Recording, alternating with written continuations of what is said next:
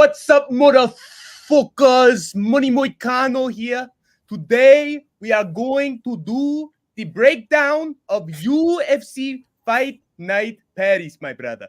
I just got done being interviewed by MMA Guru.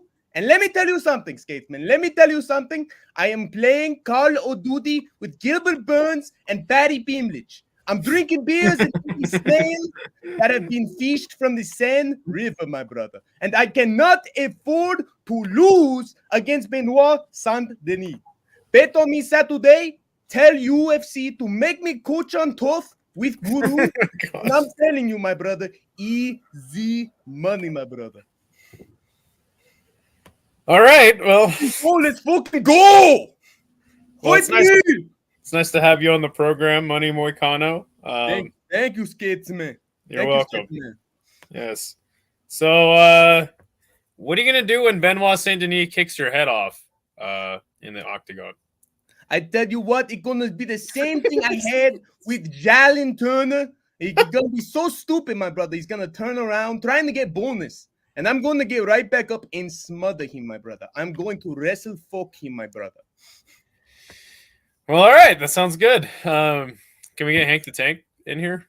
Okay, my brother. Okay, only for membership. You got to give Money Moicano. Got to buy my new T-shirt, my brother. Money Moicano cap to get Hank the Tank. All right, fuck you, my brother. Troopers and grinders, welcome to the super MMA weekend. It's finally here with and the Idaho Skatesman. I just got fucking inherited and possessed by the spirit of Money Moicano, because that might just be what happens if Benoit Saint-Denis puts him out cold. He might enter the Ghost Club. Hopefully he doesn't, though. And you'll see in our main event pick for UFC Fight Night Paris just how that fight goes. Stay tuned. What is up to everybody in the chat? Kobe says he was first. And then Andrew says he was first. Well, got bad news for you. Well, the Leprechaun is here. And JL. Good to see JL in the Yeah. Let's go. Good to see you, my friend. But yeah, man, I mean, pretty big weekend of fights. Last week was not the greatest. At least we got a good boxing event, though. Always good to witness some boxing history. I love me some boxing personally, but nonetheless, this weekend we got Rizin, we got UFC, we got One, some of my favorite promotions happening this week. If you couldn't tell by all the One shit behind me. I think he's the biggest One hater, man. I think he secretly has contempt. But yeah, I mean, what is like the card you're most hyped for this weekend?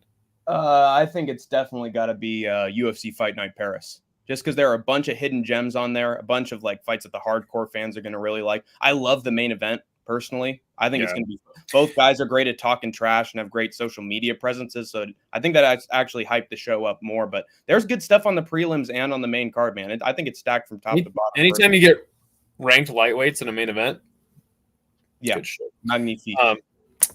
JL says he's excited for Benoit to sleep that loudmouth.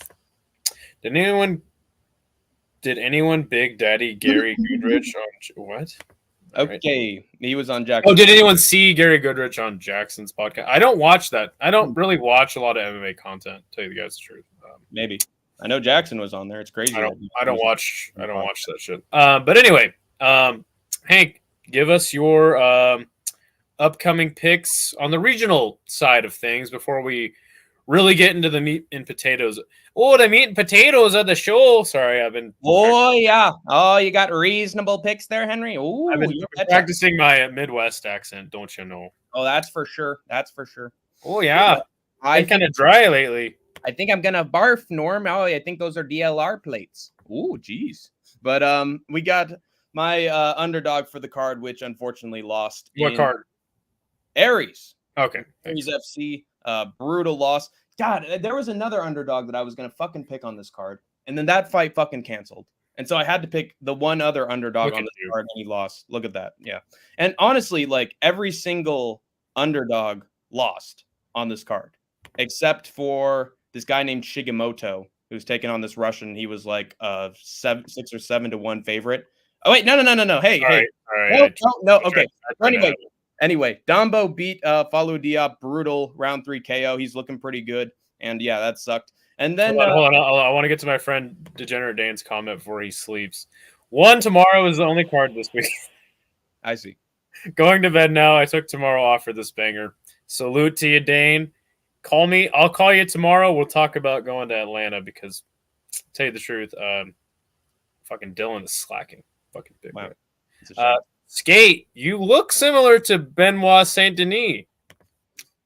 That's right. That's right. He looks similar to Benoit. Oh my God, no. I'm Moicano, my brother. I am going to be him for Halloween, my brother. I can look. Have you ever seen me and Benoit Saint-Denis in the same place? I haven't. No, I'm not a French pussy. Yeah, but- I dude. The last time he fought, I don't even think we were starting the channel. So who knows? Maybe you were fighting before the channel started. Hey, what's up, CST? Good to see you. Hey, CST Combat Sports. All right, go ahead. I'm sorry. Yusinov got the unanimous decision, 5-round decision win over Mateus Malta, the dumbass Brazilian. Yeah, Yusinov is a fucking crotch sniffer. I knew that he was going to be a crotch sniffer. I knew he wouldn't be able to get a finish, and I picked the co-main event perfectly. So your new bantamweight champion in Aries, God help us all. Also, I want to mention that a man named, I think it was Alex, no, it was someone else, Max Zola in Aries' main event. No, Axel Zola. He got a round 2 KO of cross-sniffing Dagestani Russian Gagloev, beat him with an uppercut, big knee to the head, dropped him. So, yeah, that was nice to see. So it wasn't all wrestle fucking for the show. And I think you're going to see Mr. Alex Zola in the UFC very soon. But then let's... Combat Sports Today says, we just finished an interview with Johan Estupiñán from One, the guy who was the first fight of the card in Denver. Good shit. I'll have to check that out. Oh, shit. Looks like in real time, the lock that I had for the Brave CF 88 card got switched up. And instead, he is taking on a 1-1 Italian, Ilya Sinani. And yeah, he's shit. He's got an even record. So I'm going to pick Negru by probably decision, or maybe even round 1 KO. Regardless, he's still going to be. Hey, what are you going to do about it, huh? Hey, I'm fucking picking here. I'm scrolling here. Everybody's moving out on me. What are you doing, boys? I'm only 70 years old. I can still run. Hey, forget about it. Yeah. Oh God, my balls. All right, what fucking card is this now? What random card is this? We're in Brave CF 88. Okay, we're in still. Brave. Okay, gotcha. Yes, we're in the Muhammad Makayev card. And my underdog for the event is going to be Fabiola Pedroni against Monica Kusinic. Give me 1 second. I got Muhammad Makayev is on this card? No, but I actually talked about it on Hank's Think Tank a few weeks ago. He signed with Brave a couple of weeks ago, and now that's the organization. Yeah. Why do I need to watch Hank's Think Tank? I got Combat Sports Today telling me all about this. Exactly, that is true. But Hank's Think Tank has more personality, which I just know the skatesman. King's World says, "Hey Hank." That's him. Yeah, that's my number 2. That's my short notice replacement for the Idaho Skatesman. Good to see you, King's World. When he's on a sick day. You can never replace me. I started this fucking channel. Don't you forget that, Hank. Well, we could have Mortal Kombat to decide it. We'll be on a bridge, and there'll be like a bunch of spikes underneath, and whoever gets the guy to fall first wins. So my underdog for the card is Monica Kusinic.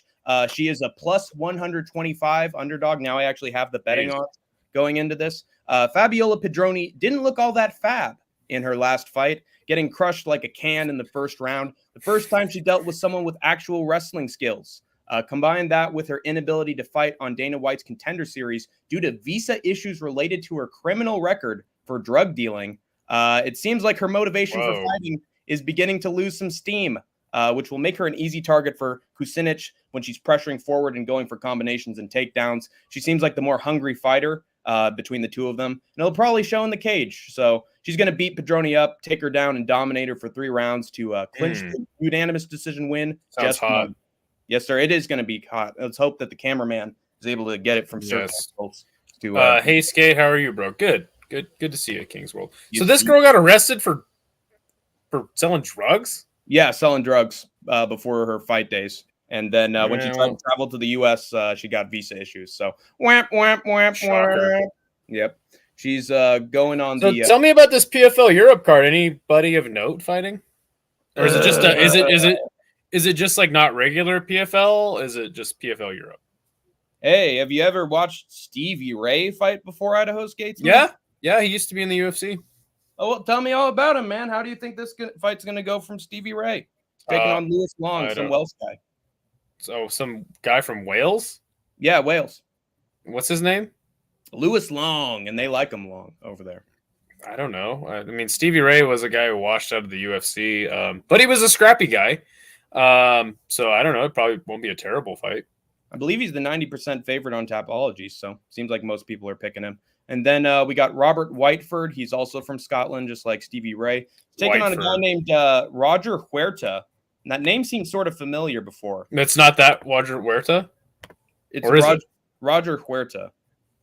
Is that the one that was in the UFC? I think he was in Bellator at some point. No, he was in UFC. He had 6 wins, only 2 losses.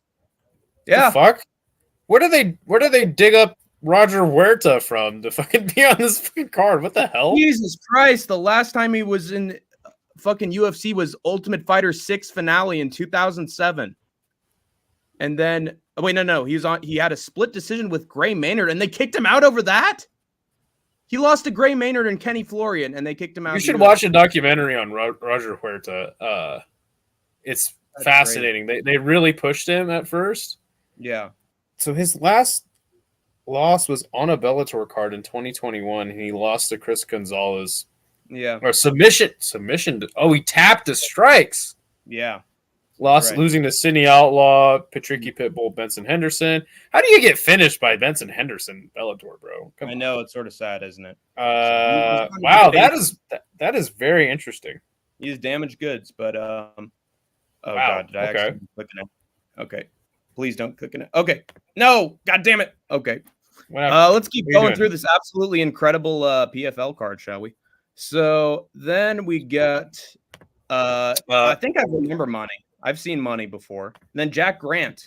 That name is very familiar. This card is definitely lacking in the name department, though. Yeah, it's pretty garbage. When Roger Huerta is the biggest name on the card, you got some problems. But I also want to recommend the opening contest we got for PFL Europe. Lewis McGrillen Evans taking on Dean Garnett. 2 hyped up UK prospects battling it out in PFL Europe. Some of us actually have a life. We don't have time to watch the curtain jerker of fucking PFL. Yes, I know, but it's our job, Skatesman. It's our job. Not my job. Fuck that. Fuck that shit. You're the one that wants to cover this fucking god awful card. We have to sift through the bullshit. You were asking me if there was anything good on this card. I had to. Yeah, you can't come over. You're like, hey, the curtain jerker. Come on, dude. It's bad. It's a bad card. From the start. Don't question me. Okay. All right. Let's talk about my lock. What I got. All right. Sorry. I got Chanel Dyer by round 1 KO. She is a -600 favorite. This UK lady, Chanel Dyer, is a problem, man. She's knocking out women in the first round and recently head kick KO'd a 9-2 girl. So she's not going to be playing around against an Italian can. Hey, in Valentina Scatizzi. She's fucking scat, man. She's scat. She's whack. Who got subbed by a 4-6 girl. The one potential issue for Dyer is her takedown defense, which could use some work. But all Scatizzi does is lean on her opponents against the cage, like discount Valentina Shevchenko. This is going to be a Dyer matchup for Scat. Chanel's whooping her ass. Trust! And then we got our big underdog for PFL Europe Trey. We have Karolina Wojcik by decision. The betting line for this is pretty much even. So I had to go with whoever was just a little bit bet against, and that was Wojcik.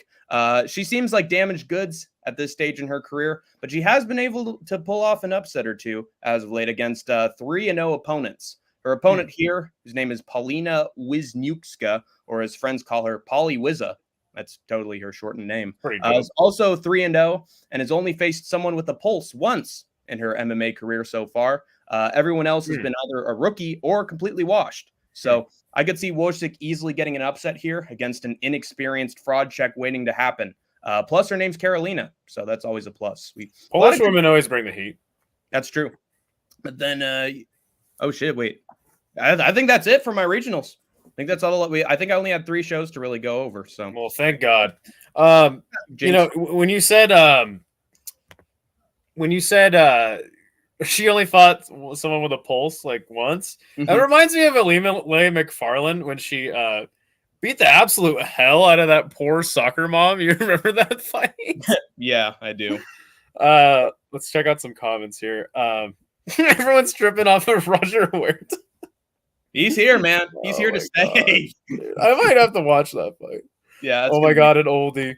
Bro was the first UFC fighter on a Sports Illustrated no cover. way. Yeah. That's why I'm saying you should watch a documentary on Roger Huerta's fall from grace. That's amazing. Juice Man, what is up, bro? Double salute to you, my friend. That guy is a fucking star, man. Kobe Wiggle, hi guys. Hey, Hello, Kobe. Okay, so King's World says he's been into live cams instead of recorded videos. So he's telling us that he is choosing to watch his adult shows through live cam now instead of watching just the regular videos you may indulge in. I got to tell you, man, my only concern with that, don't be paying those girls anything. I know they got like this vibrator thing that when you pay them, it like vibrates and it's like cha-ching, and then don't get into that, my friend. You should just stick to MMA, and I think you'll be good. Other than that, man, go wild. I think he's been swallowed up by Brandon Moreno's OnlyFans. He started recently with the UFC, so that's that would probably make you switch to live cams instead. Doing Lego. Please, Combat Sports Today says, please watch Belal Hassan. Oh yeah, UFC this Friday. Future UFC star. You want to go over that really quick? The real fucking Bilal, dude. I don't know who he's fighting against, but I know that he's the greatest Bilal in the history of MMA. Bilal's got nothing on this guy. Gary said he was only an arm wrestler for his MMA. I don't know what the fuck you're talking about, Sean, but thank you. Thank you for being here. Let me look up Belal Hassan on Tapology to see his most. Is that the guy that was storming the chat when Isha did his fight companion? I think so. Yeah. Is he from Afghanistan?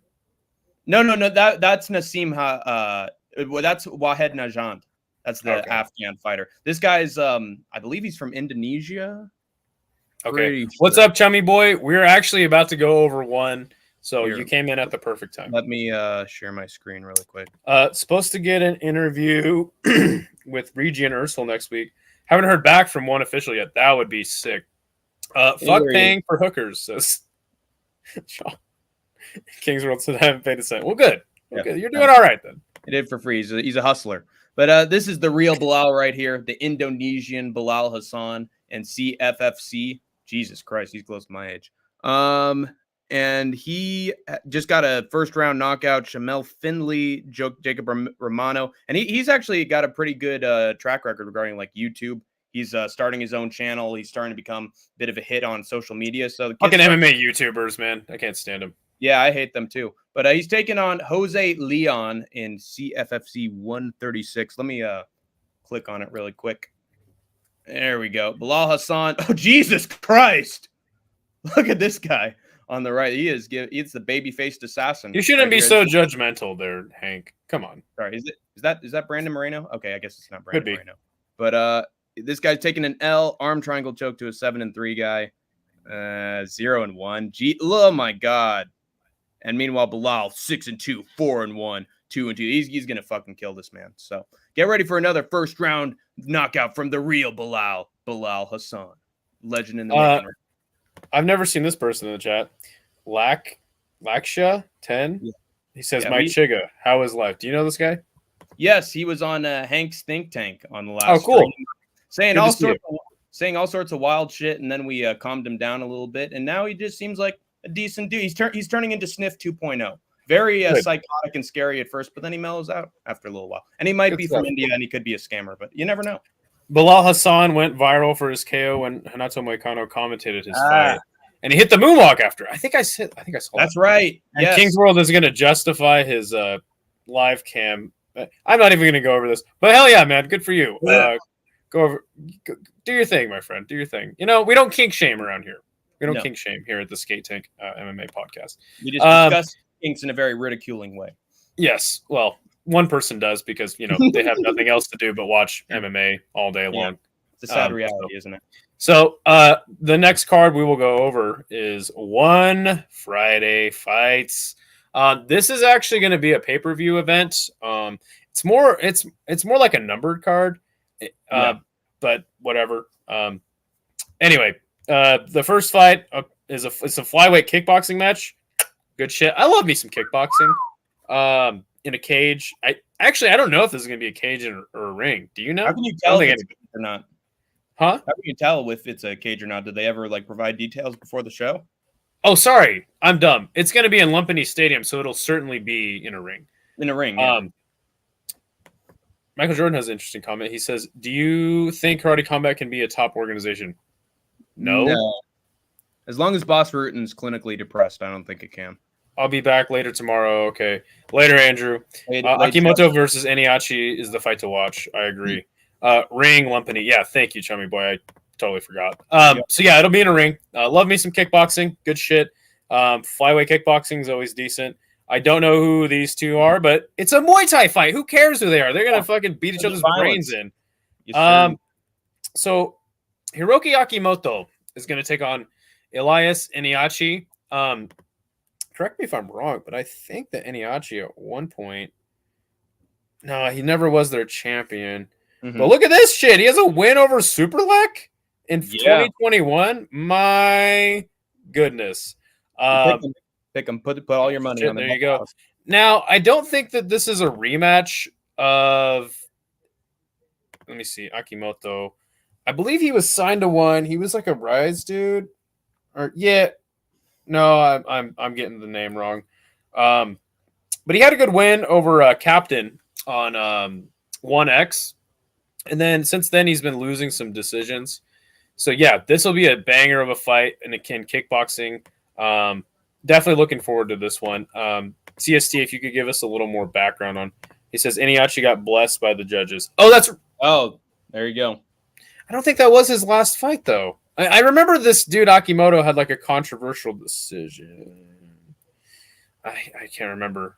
One of these guys did. Either way, banger of a fight. Wow. Moroccan kickboxers always get it done. Kings World talking ish behind our backs, man. I can hardly get their picks. Boo! Hey, you try to watch a Karate Combat fight card all the way through, dude. It's like torture. You have to keep your fucking eyes open. I mean, like we could talk about it, but it's like, I mean, maybe when they get an actual name on their cards, then maybe they can actually grow. Listen, Kings World, Smiling Sam Alvey. Yeah, he's going to be is their heavyweight champion. Okay. Yeah. Do they have good viral moments? Sure. But like, as far as can they be a top organization? Your name is Karate Combat, okay? No, you can't be. And really, I mean, in the fight space, who can be a top fight organization? There's only one that can really be a top organization, and that's the UFC. Even PFL, Bellator, like they're just. I honestly don't even know if Karate Combat like makes money. Like we don't even know. I honestly can't believe that the UFC is making money with the booking choices they've been making this whole year. But Eniachi has contract issues, not shocking, and finally got released. Then all of a sudden he came back. Okay, well that's definitely interesting. I don't know enough background on these two.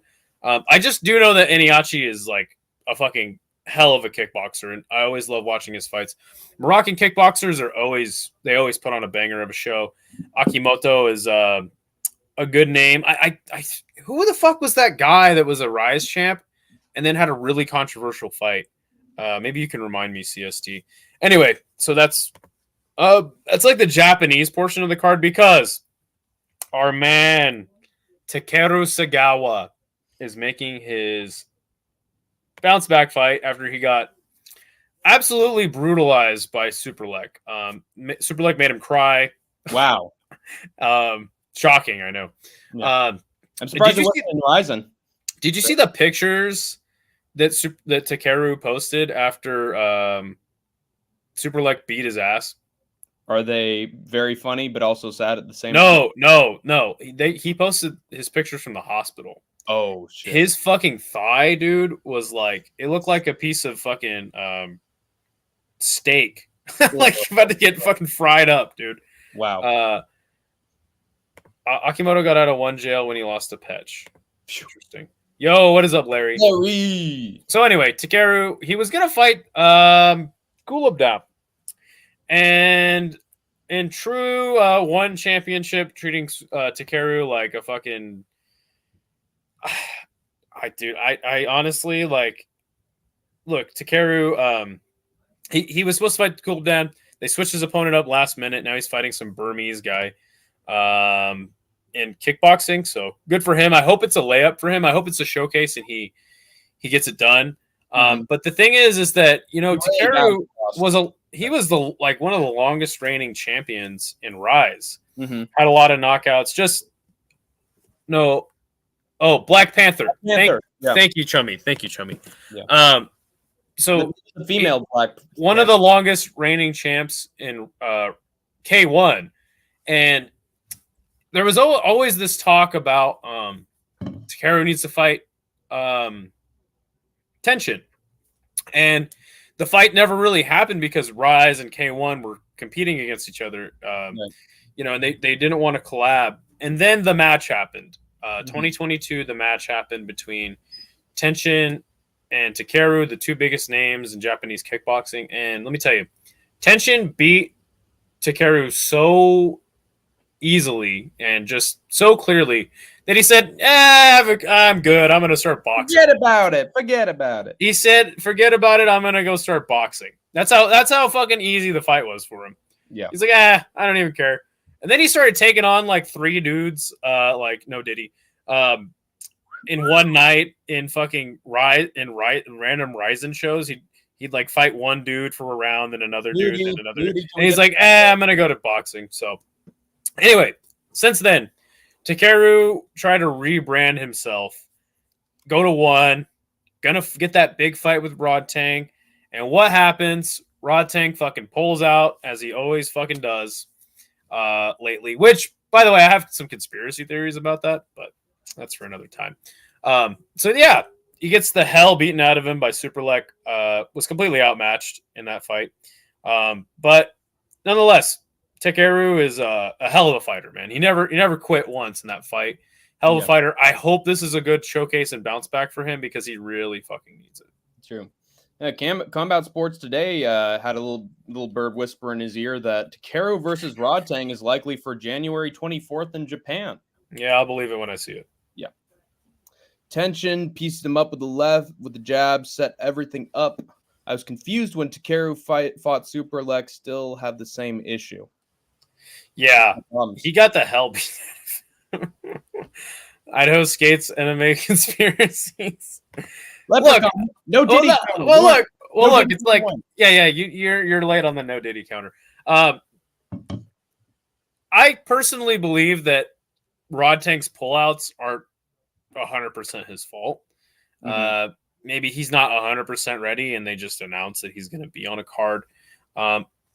Maybe they want to sell tickets, but again, just a conspiracy theory, just kind of my thoughts on the promotion's weird practices. What is up, No Chill? Saw Sniff versus Musical today. Well, that's interesting. Yes, midget fight. Okay, well, there you go. You guys are fucking children. But anyway, No Chill, thank you so much for hanging out with us on last show, the Contender Series post show. You gave us a lot of fucking good stuff, man. Thank you very much. Rod Tang left hand is fucked up. Yeah, sure. I'm sure it is. It's like Allen. We then have Jasuyai taking on Zheleznyakova. I've seen both these guys on Friday fights. I don't know why it fucking keeps clicking into the other tab. Jasuyai is, let's see, 4-2 in the promotion. He has all of his wins, besides one, have come by knockout, and his losses by decision. Good fucking shit there. As far as Zheleznyakova is concerned, let's see. He has the same record, and only one of his fights have gone to decision. So, wow, fucking good shit there. Suakim versus Otis Waghorn. Yes, sir, Otis Berber. Otis Waghorn. What the fuck? He has one fight in the promotion. It was in June, and he got a knockout in the first round. Oh, in round 3. As far as Suakim, I've seen this guy fight before on these cards. He's 2-2 in one Friday fights. His last win was a round 2 knockout. Look, anytime you see Muay Thai and you don't even know who the fuck's fighting, doesn't fucking matter because let me tell you, the shit's always good. We then have a man named Shadow. Yes, sir, the Shadow. Who is 24, and he's 2-1. He's on a 2-fight win streak with the promotion. Has a TKO and then a decision against a Frenchman. Maybe they're making him like the Farang killer. We then have Mohamed Ciasarini. This guy's undefeated in one Friday fights. He's got one knockout. Boo. But his last win was against a guy named Sidichai. I don't know if it's actually Sidichai, the legend. And then look at this, man.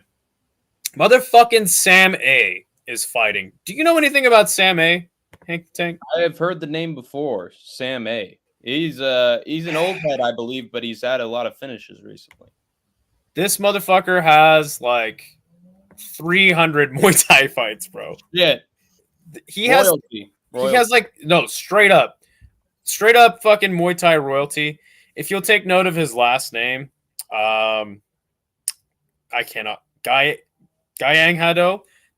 It's a fucking and thank you for Chubby Boy for giving me this information. It's like a fucking it actually just means like delicious chicken. That's that's his sponsor. It's like a hot dog stand, but it's a chicken. There you go. Yes, exactly. Okay. In Thailand. So this motherfucker has a chicken restaurant. Wow. Sponsoring him. I'm gonna go with that. What a badass. So yeah, no, Sam A is that fucking dude. Hey. He is he has 2 losses and 4 wins with the promotion. But his last loss was to Prajanchai, who is now the fucking champ. Actually, his only losses in the promotion ever have come to Prajanchai. So he's the fucking dude, man. I actually really want to bring up like his full record. I don't know who the fuck he's fighting. Don't care because you know what? Sam A's fucking fighting. I love Sam A's fighting style. I love his fights. He is 40 now. But you know, so he's in the waning like part of his career. But doesn't fucking matter, dude. The guy's a legend, and I love every time this dude fights. So his fight. Are you ready for his fight record? I actually want to show it on the screen. Give me 1 second. Do it. Yeah. I want to show you guys this because this is just fucking stupid. This is Wikipedia page. Look at this. 373 wins. Whoa. 49 losses and 9 draws. Dude, this guy is responsible for like a mass slaughter. Holy massacre. shit, dude. He's Oh my gosh. People. I want to see when he made his debut.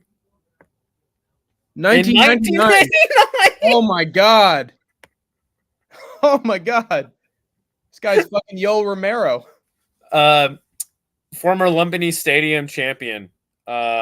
Professional Boxing Association from Thailand. WBC. The Toyota Marathon Muay Thai champion. Okay. Apparently he was one flyweight and strawweight champion too. Nice. What the fuck? And he also was the one kickboxer. Are you fucking kidding me? So look, dude, Sam A. This guy's a legend, dude. He's a fucking straight up legend, dude. The guy's had like 500 fucking fights. Just fucking crazy, man. Oh, okay. I love it. We got some ties in here. Chummy Boy and Michael Jordan are both ties. Sam A has ability to be champion, kick, punch, elbow, but just not the right place in the right time. Right now. Guyang means grilled chicken. Thank you. Appreciate that. The killer, my chicken clucky. Hey, Akram is fast and he's good. Okay, so Chummy Boy knows a little bit about his opponent. Says that the guy's pretty good. He is from Algeria, Morocco, Algeria. These guys are always that area promotes, or produces some good fighters. Sorry, I can't fucking talk. His last win was a TKO against Kong Chai in June. So expect this to be a fucking just straight up banger, as always. It always is with Sam A. Always are. We then have a man named Kulabdam. I don't think that's the Kulabdam that I've seen before. Let me see. He's 26, 3-2 with the promotion. But okay, this is the guy that last fought Nabil. His only 2 losses are to Nongo and Nabil. No fucking shame in that. No fucking shame in that at all. Yeah.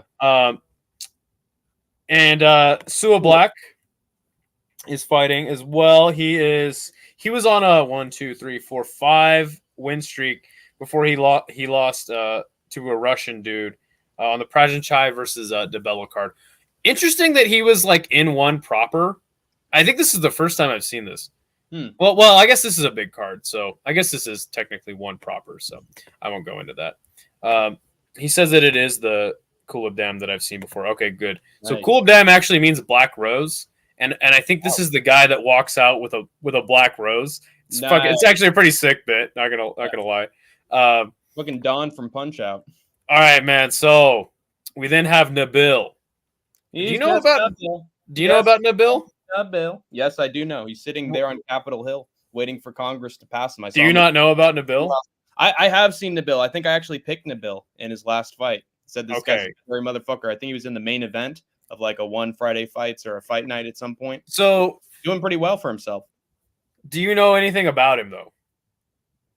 Isn't he a tall guy? He's very tall, extremely tall. He's just look at that fucking profile picture, dude. His neck is like the size. Not only is he tall, he is 6'3". And fighting at bantamweight at 145 pounds. So Nabil, he made his debut in one against Superleg. Wow! And I watched that shit. And when I saw that fight, I was like, dude, this guy fucking sucks. Oh, he's a straight up fucking can. Fuck this guy. He's gonna just wash out of the promotion. No, he is undefeated since then. He has wins over Knockrob, Mongtai, Kulabdam, and Felipe Lobo, who gave Jonathan Haggerty a run for his money in a title defense. After his last fight when he beat Felipe Lobo, like Felipe Lobo couldn't do literally anything to him. So it tells me that he's developing his fight style. He's gaining, insight. He's getting better. Guy's only fucking 20. But I love it. And his opponent is fucking pull the card, sorry. Solano, the man of steel. Solano, who is a very popular fighter from Myanmar, who is now on a 3-fight knockout streak. Yeah. He beat Fabio Hayes, who got a really good knockout a couple of cards ago. And Pong Siri just in July. So yeah, this is gonna be a fucking banger of a fight. Yeah. I do expect Nabil to just kind of control the fight and get it done technically.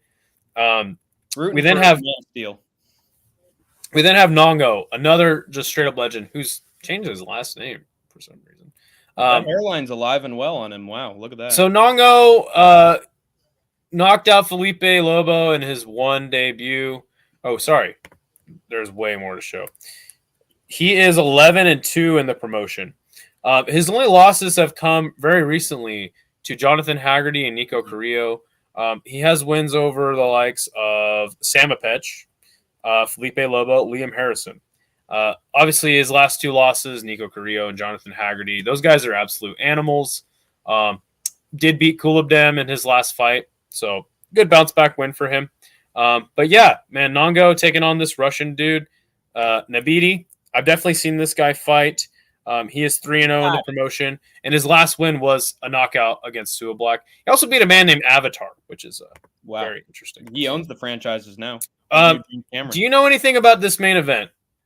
I know that Joe was coming off a loss for a championship, and then Chatri immediately wanted to book the rematch. And now it's not happening, and he's taking on Superbon, who's a Muay Thai legend in and of himself. So this looks like a pretty fun contest to me. It's going to definitely deliver, I think. Do you know anything about either man's fight style? Have you seen either of their fights?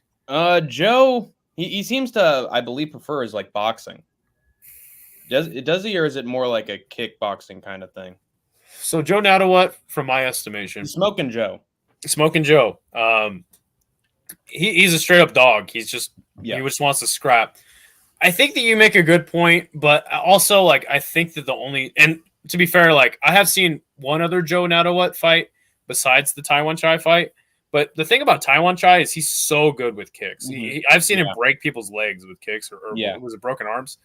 He destroyed Joe in that fight. That it was hard to look good in the it was hard to look good against Taiwan Chai in the kicking department. So I think the game plan going in was probably to use his hands more.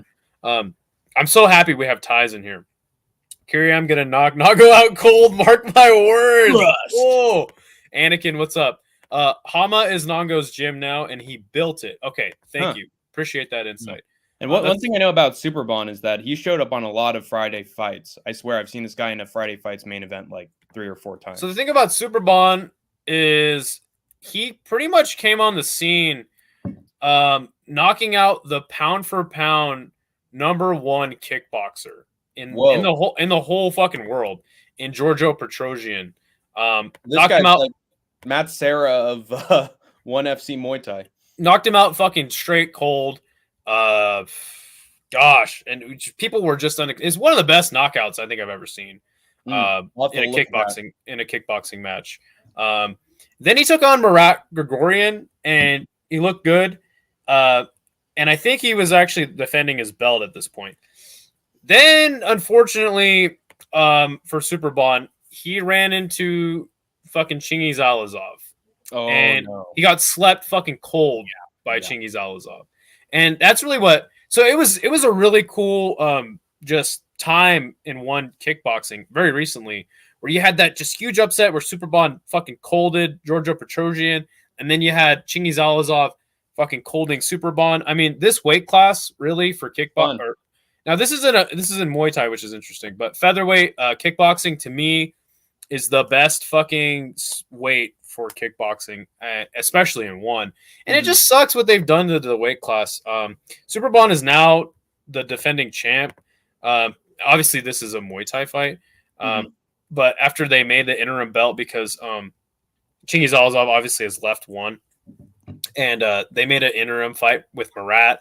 And I'll just say, man, in that fight, like I thought Murat took it. They did give the decision to Superbon, but they kind of screwed over Grigorian.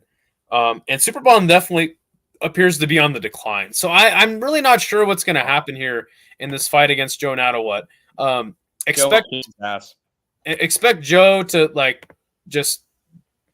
It's going to be a tough fight because one thing I noticed and was really apparent in the Joe Natawut fight, or sorry, in the Chingiz Alazov fight, and really like since that loss is just the fact that if you can just, it's a classic crowded kicker. We're talking about Superbon. Like his best strike is that high kick, and he's always trying to set it up. It's kind of been figured out now, and I think if you can corner him and keep him on the back foot, you can win this fight.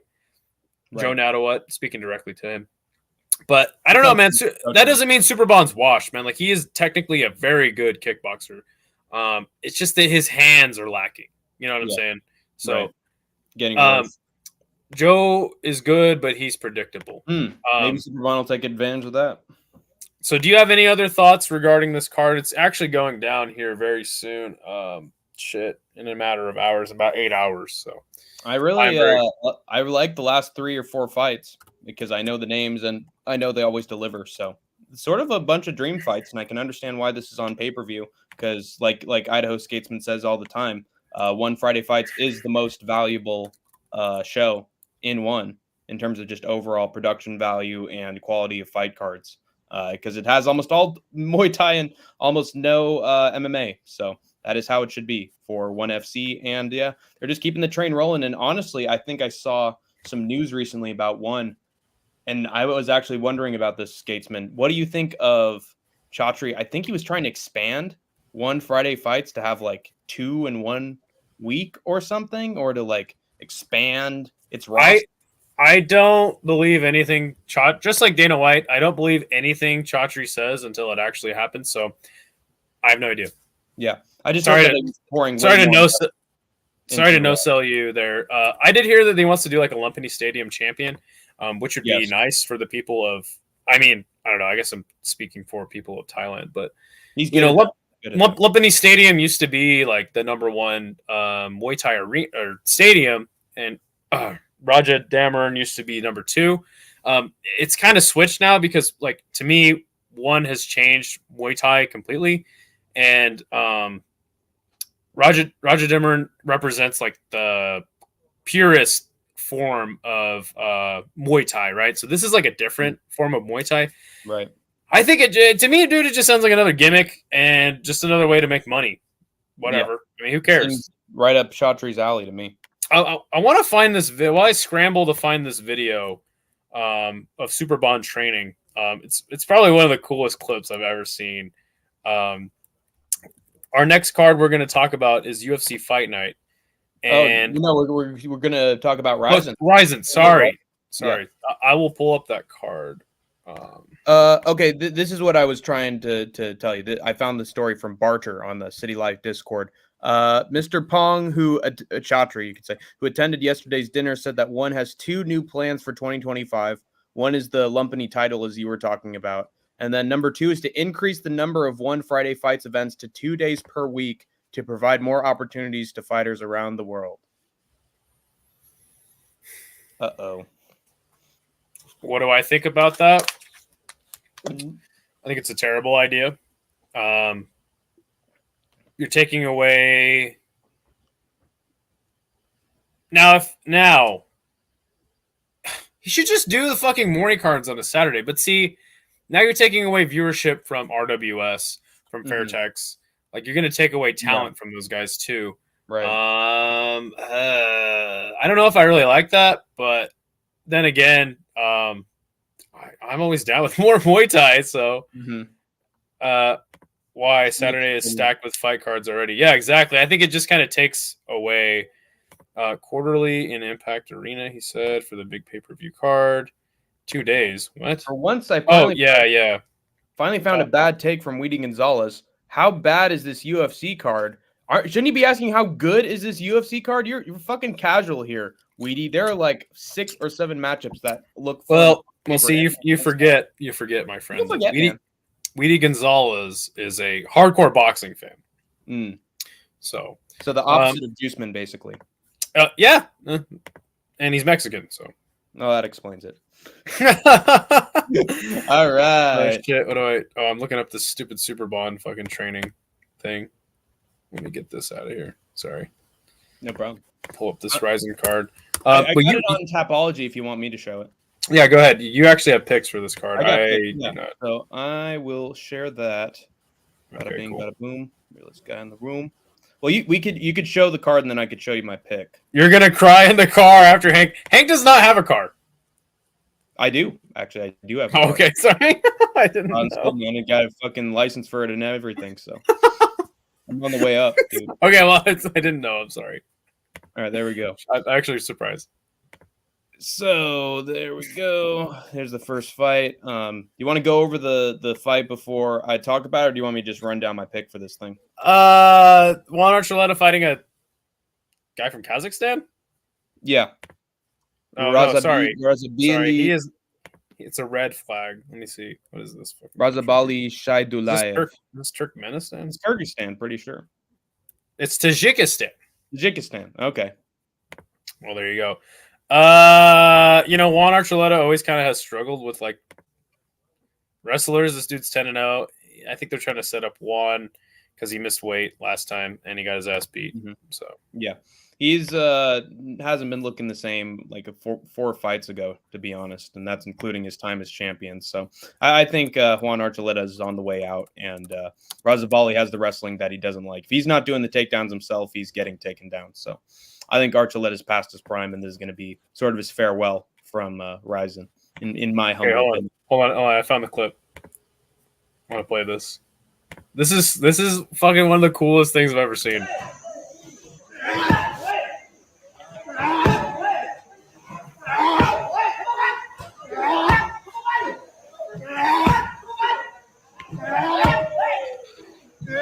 You see that shit? Yeah. He's picking up the hill against a big ass dude. Wait, is this that coach you were telling me about? Yeah. So are they doing that as a promo for fucking Fairtex fight or something? Oh, shit. Sorry. Oops.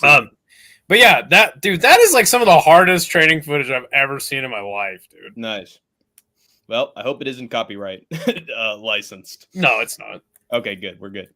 But yeah, that's what I think of the first fight. Let's move on to the second fight of the card. We got fucking Karshiga Dotbeck against Takeaki Kinoshita. I got Dotbeck by round 1 KO, the typical fucking Dotbeck fashion. He's just so good on the feet. His boxing's excellent. He's great in the pocket and in the clinch, and just finds a way to get that looping right hook and get through the guard.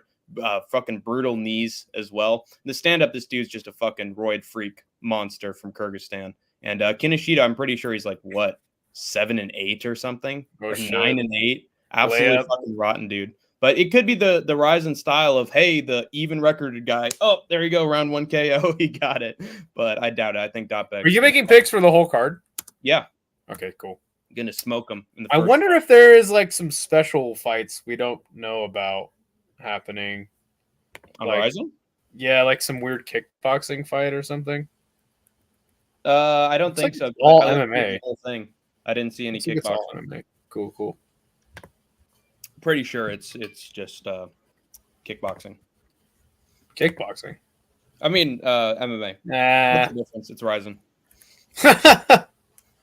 Anyway, next fight we got on the Rizin 48 card.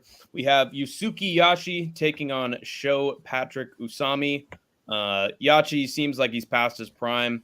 The only way that he survives his fights is through shooting takedowns, and sometimes he gets the sub, sometimes he doesn't. When he does get the sub, it's against guys with fucking mid records, whereas I believe Sho Patrick Usami has a winning record for like the first time in Yachi's whole career.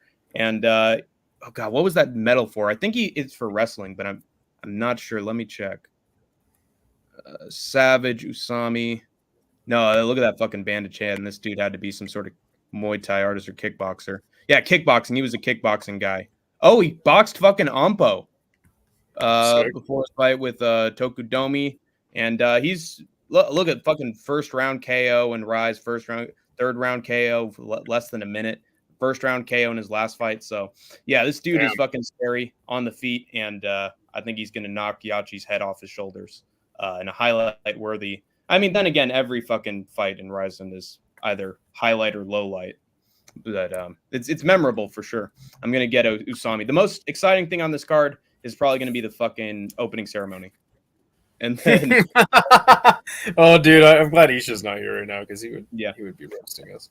And then our next fight, What are you talking about, Hank? I gotta put that fucking fighting into my veins. You don't know what you're talking about. It's not Pride Junior. It's not mini Pride, Hank. But you kind of sound like Trump when you're doing Isha impression. Let me tell you, Hank, Rizin does the best shows. Some take two gooder shows. I met Rizin once. I met him in Japan in 1985 when I was opening Trump Casino in Japan, and they were bad people. They were very bad people. But next fight we got Joe Arai taking on Zulu Boy. This one's actually an upset. I'm pretty sure that Zulu's like a plus 100, plus 200 underdog against this guy. But Zulu doesn't exactly have the best record himself. I think he mostly gets his wins through takedowns and grappling work and submissions. Whereas Joe Arai, if he keeps his shit on the feet, he could actually knock you out in 1 or 2 rounds. Did he lose his last fight? I got to check that with Joe Arai. We got a new Smoking Joe on our hand. Look at that fucking record. Isn't that typical Rizin? 16-11-2. Never change, buddy. Is that a girl, Joe Arai? Yeah, exactly. He is. So, oh no, he was in Shoota Box. He's getting fucking round 1 KOs, round 3 KOs. That's fucking dope, actually. On a fucking streak in Shuto. And then this was the weirdest fucking fight ever.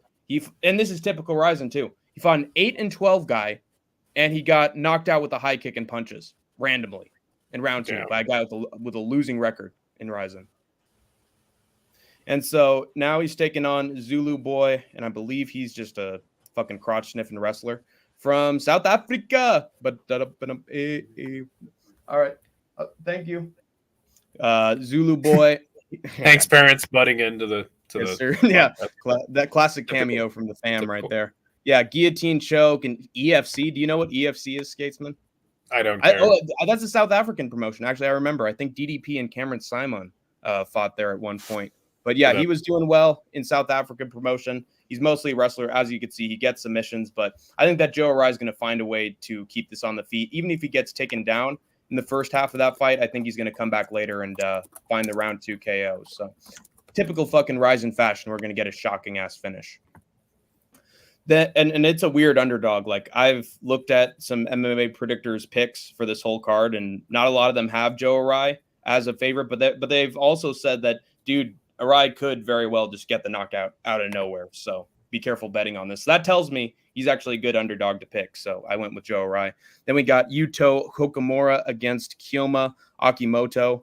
This kid on the right looks like a fucking phenom. He's getting knockout after knockout after knockout, looking super technical with body shots, knees, lefts, rights. He's looking slick and looking fast. Whereas Yuto Hokamura, I'm pretty sure he had like one win recently. 15-13. Look at that. There you go. Rizin record right there.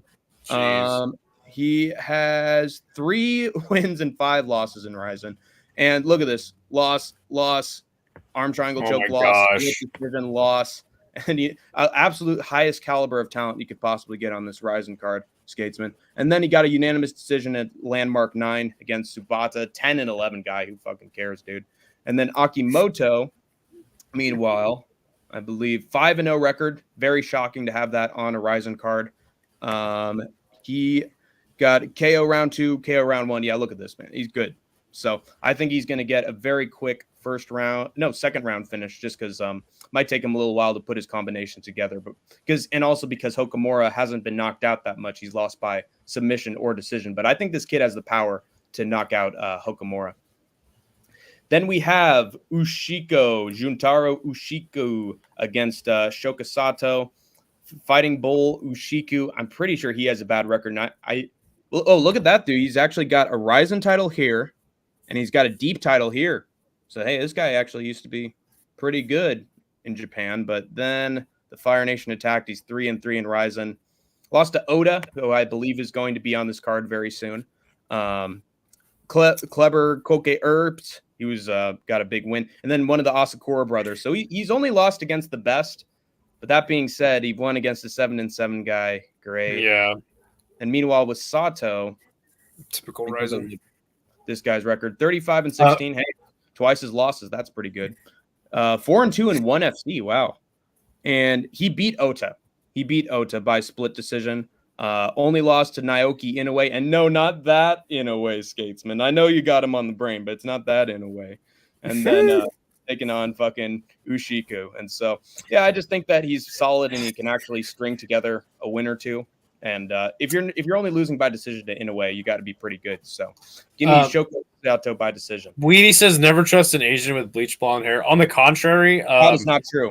Hank and I watched an entire Rizin card on this channel, but it sadly does not exist anymore. And all of the blondes won. So yeah, I couldn't have been more wrong about that. Yuto looks like he came from a Yakuza game. Yes. Yuto Horigome, the skater. Yes, sir. Oh, yeah. Olympic gold medalist. Say the Fire Nation attack. I did say that indeed, and it was a terrible day for all the 4 elements. It was really bad. And we got here he is. Shinobu Ota taking on Yuki Matoya. Now, I believe these two have actually fought before. This is a rematch of both guys' contests. And if I recall... Hold on. Juiceman says he lost his virginity to an Asian with blonde streak. She was a winner, bro. Hey, that's what's up. You know, Hank is still a virgin, so hopefully when he loses his virginity, it will be to an Asian. I'm hoping for you. That's what I'm hoping as well, dude. Smoking hot Asian lady. Dude, they need people to have sex with their women. Come to Japan. Me and AJ are going to Japan. We're going to Japan. Because right now I'm fucking as extra virgin as Newman's olive oil. You know, I know what I'm saying. So anyway. Oh my gosh. Wow. Go. I love it. The extra virgin is Newman's olive oil. Yeah, and his salad toppings and his pizza. Oh, that took me out, bro. So then we got Matoya and Ota. Oh my god! Yeah, shit. You need a second? All right. So Matoya absolutely beat the shit out of Ota, was stuffing all of his takedowns and getting the better of the exchanges. Meanwhile, Ota, I think, has bounced back with some good wins. He's mostly beating guys 7-3, pretty good for Rizin. He's on a 3-fight win streak, and he beat this last guy by like north-south choke. When's the last time you seen a guy actually submit a guy with the north-south? That's what I'm telling you, dude. Like, only fucking Rizin has these crazy ass fucking submissions you never fucking see. Only Japan. Hence why Nick Diaz was able to fucking, which actually was in America and on Pride. Gogo Plata, fucking, God, what the fuck? The fire. Oh, Takanori Gomi. Like, only Asian promotions have these crazy fucking submissions. Exactly. So that he was able to get that. I got to give him credit there. Then he beat a 0-0 guy. Who cares? And then when he actually faced someone with talent like Shoko Sato, he lost. Fought Ushiku, like I said before, he got the unanimous decision. But I got to be honest, man, I don't think he's improved all that much since the Matoya fight. Meanwhile, we go to Matoya. This guy's an underdog, by the way. Matoya is an underdog against the guy that he beat in the first fight, because a lot of people are high on his fucking wrestling ability. I think he commented at some point on one of our last shows, oh, that guy looks like a wrestler. He's got a singlet on. That was Ota. That's what I said. He lost to Vince Morales, and that's not bad at all. Given that did Vince you Morales. have to read Gooseman's comment, dude? Oh, God. Hank, bro, come to Los Angeles, Figueroa. They got baddies all over the blade, bro. Just got on a Friday night. Give them my promo card. Get Figgy. Problem solved. Wow. Get Figgy with it, baby. Do you know about Figueroa Street in Los Angeles? Get it? Oh, this is how all the whores on the street? Yes, that is exactly what it is. Nice. That's why I called it the Blade.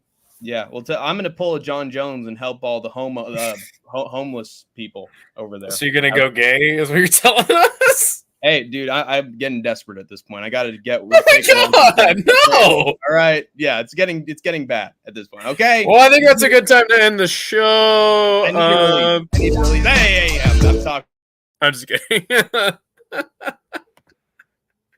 God damn it. Okay, so with Matoya, he won against Sho Hiramatsu 5-4. God damn, and deep. So he's actually coming back to Rizin. He just narrowly lost to Vince Morales, and then Kai Asakura need him, which is like, what's the surprise? It's an Asakura brother. So he's actually still pretty good, and he's taking on Ota, who I don't think has improved that much, and I just feel like Matoya is going to beat the shit out of him in the striking, stuff the takedowns, and get back yet another win in the rematch. But he's an underdog, so would recommend if you want some underdogs, he's one of them to bet on. And we got Kyoye Hagiwara taking on Ryo Takagi. Takagi, I believe, is just a fucking phenom in the striking. 7-2 for Rizin. Absolutely incredible. Pancrase, I saw Pancrase for just a second. Yeah, round 1 KO in 4 minutes, 6-6 guy. God damn it. Can we have someone with the winning record in Rizin, please? Lost Where's to the Victor. fun in that? Yeah, it's no fun at all. We'd get no entertainment if it was Marab and Sean O'Malley. Come on. And then Shiguro Ni, and then he beat a bunch of guys in Pancrase, who he's beating by knockout. He's getting it done relatively quickly. And they just only lost to Kolesnik because he took him down a little bit. And then meanwhile, Hagiwara, I believe he's been on a bit of a skid. 7-9 record. Shit, man. Classic Rizin. 6-7 in Rizin. Lost to Takeda, Ushiku. It's all coming together, man. Lost to Shihiro Suzuki, but he's the champion. I get that. Lost to Earps. He's good, but losing to Ushiko and Takeda is like a step down in quality. So it's bad he's losing to those guys. So I just think that Takagi's going to have a shock Rizin round 1 KO. He's going to fucking chin him. So that's my prediction there. Let me know if here we go. This is the time for Skatesman to talk. We got fucking Seika Izawa. I believe taking on Kana Asakura, a cousin of some other Asakura brother. Let me tell you something.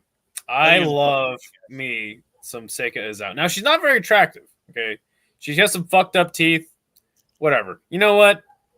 Are you sure she's not a Brit? What? Are you sure she's not a Brit? No, she's definitely Japanese. I don't care. I would marry this woman. I love her. Love her to death. I'm simping. Some people may say that I'm in the Stamp Fairtex simp army. Contrary belief, on the contrary, I am in the Seika Izawa simp army. Okay. Yeah, I was going to say Izawa to you is like Stamp Fairtex to Isha. Exactly. So, there you go. Without the stamp dance, maybe she should adopt some sort of. She should. Dance. Yeah. To make her dance. I fucking love Seika Izawa. She's undefeated. She's beaten every single atomweight champion Rizin has ever had in the entire history of the promotion by submission. She's finished all of them. I fucking love this girl. Let's go. Seika Izawa submission round 1. I fucking love the pick, man. I love it. Yes, Let's sir. go. I love the pick, I fucking too. love Seika Izawa. Yes, She's sir. a fucking beast. Yeah, and I got my fucking Wang Li. We all got our fucking devil's triangle of Asian women that we got the hots for. So there we go. Don't we all? I knew that my pick was gonna fucking pop you, that I'd have it by round 1 sub. But next we got Naoki Inoue against Soo Chul Kim. Can you believe that Soo Chul Kim is an underdog in this fight?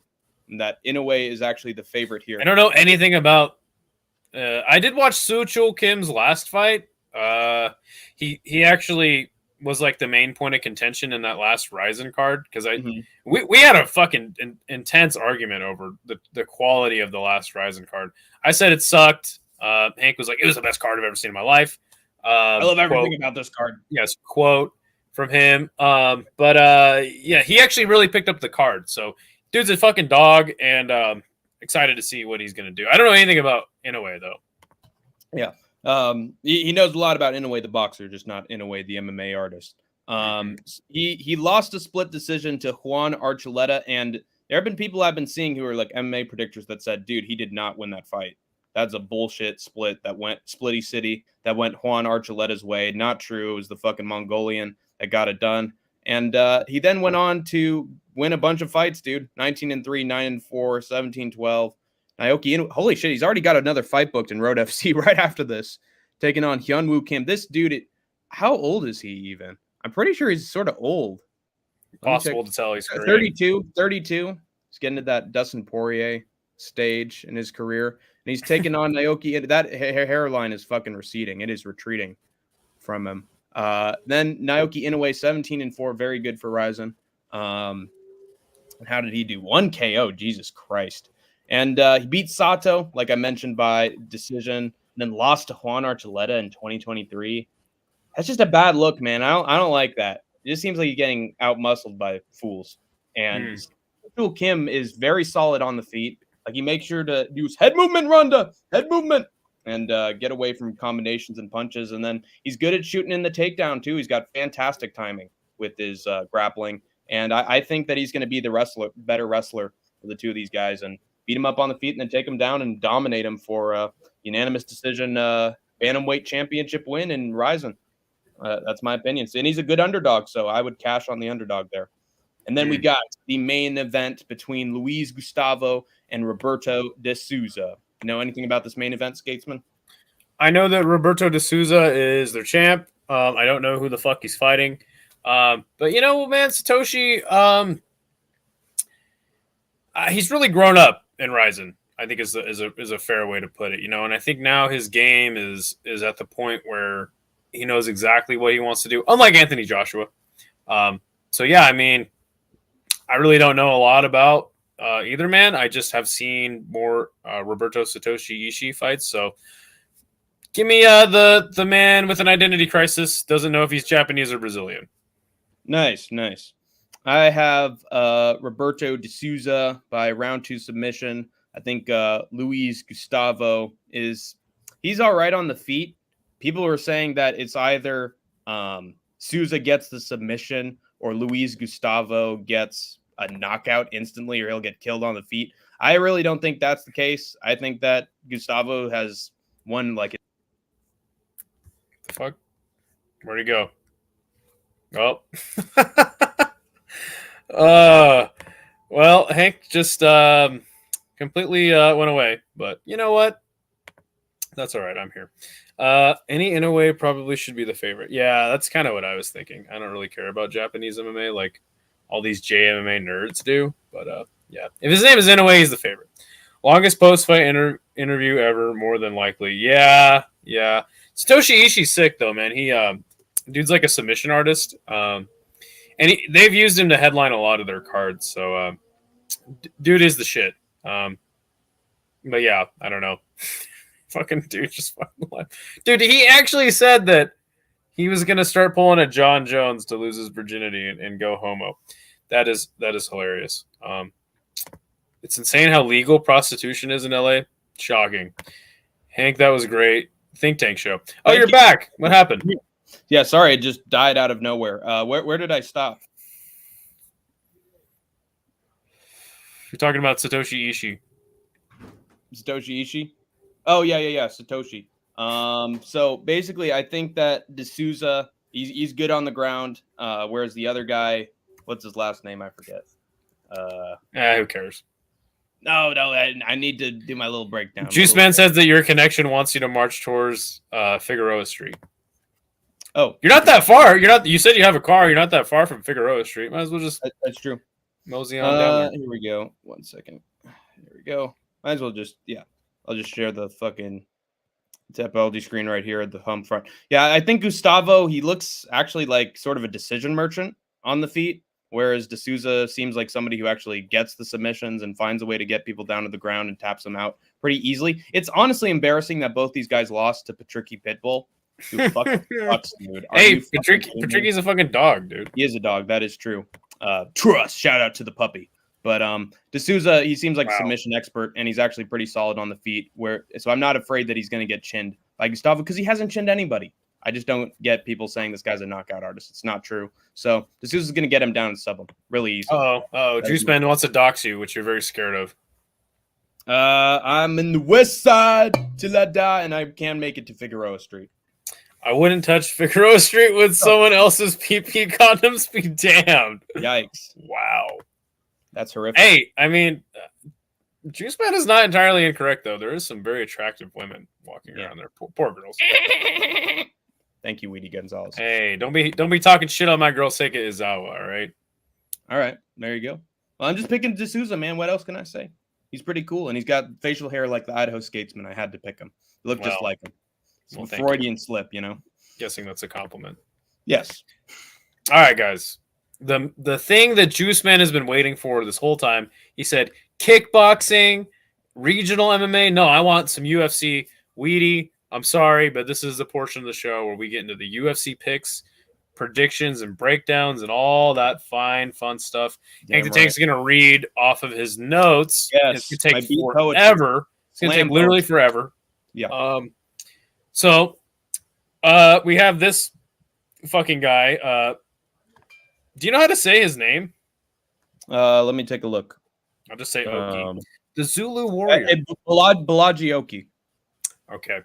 Versus Chris Duncan. Now, does anyone really care about either of these guys? No.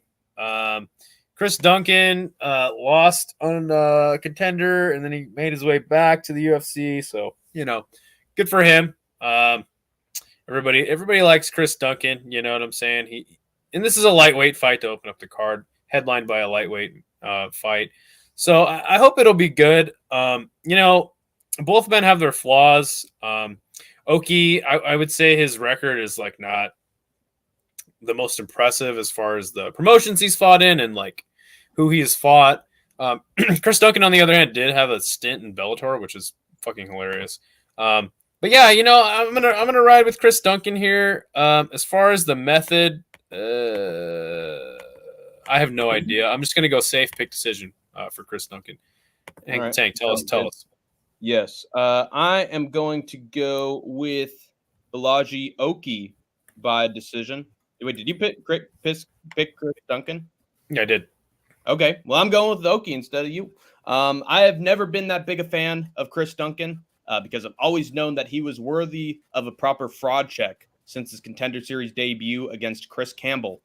He's been rocked, hit up a bunch of times, looked ineffective in situations he really shouldn't have, and overall seems to have zero comfortability or fight IQ in the UFC.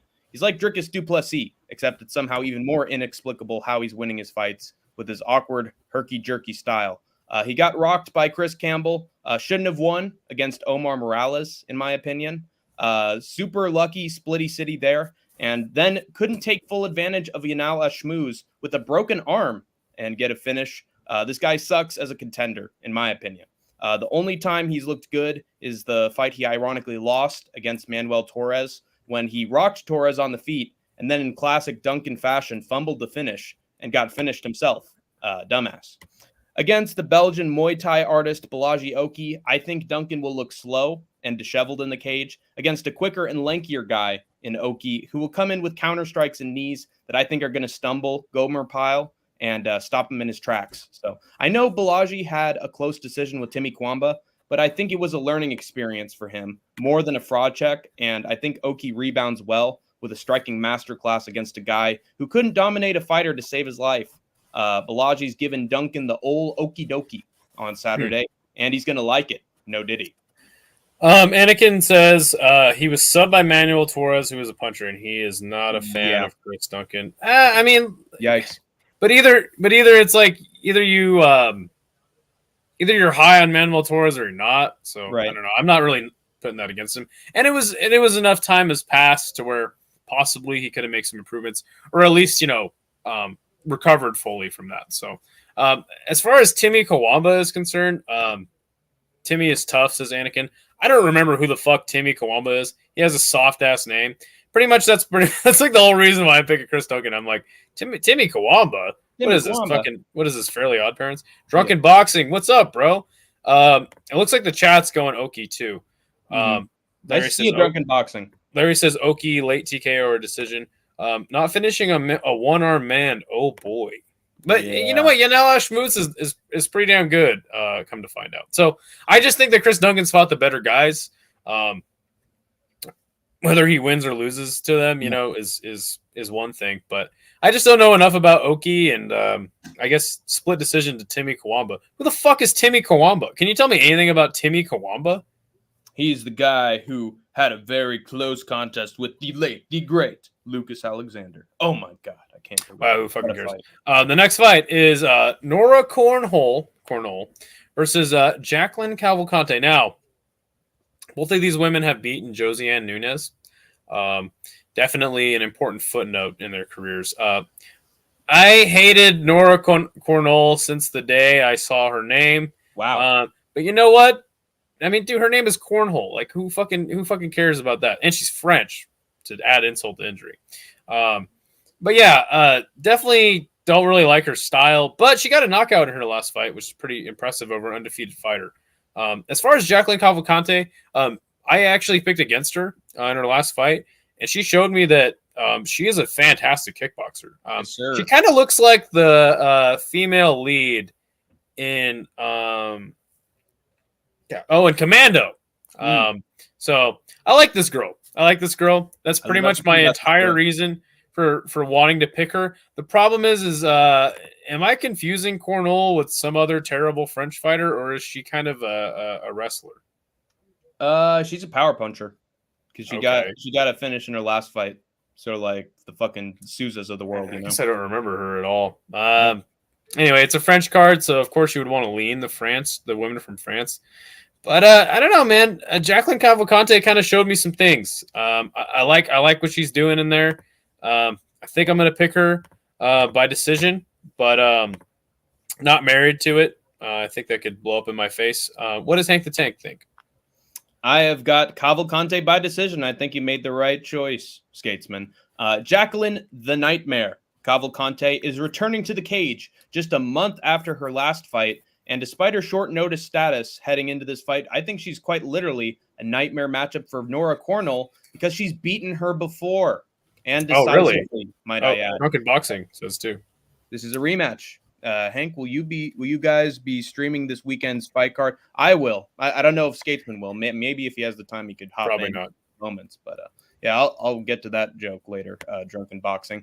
But she has beaten her before. She got hurt a little by Cornolle in the first round. She's a brutal French fighter who. It was her debut. Yeah. Okay.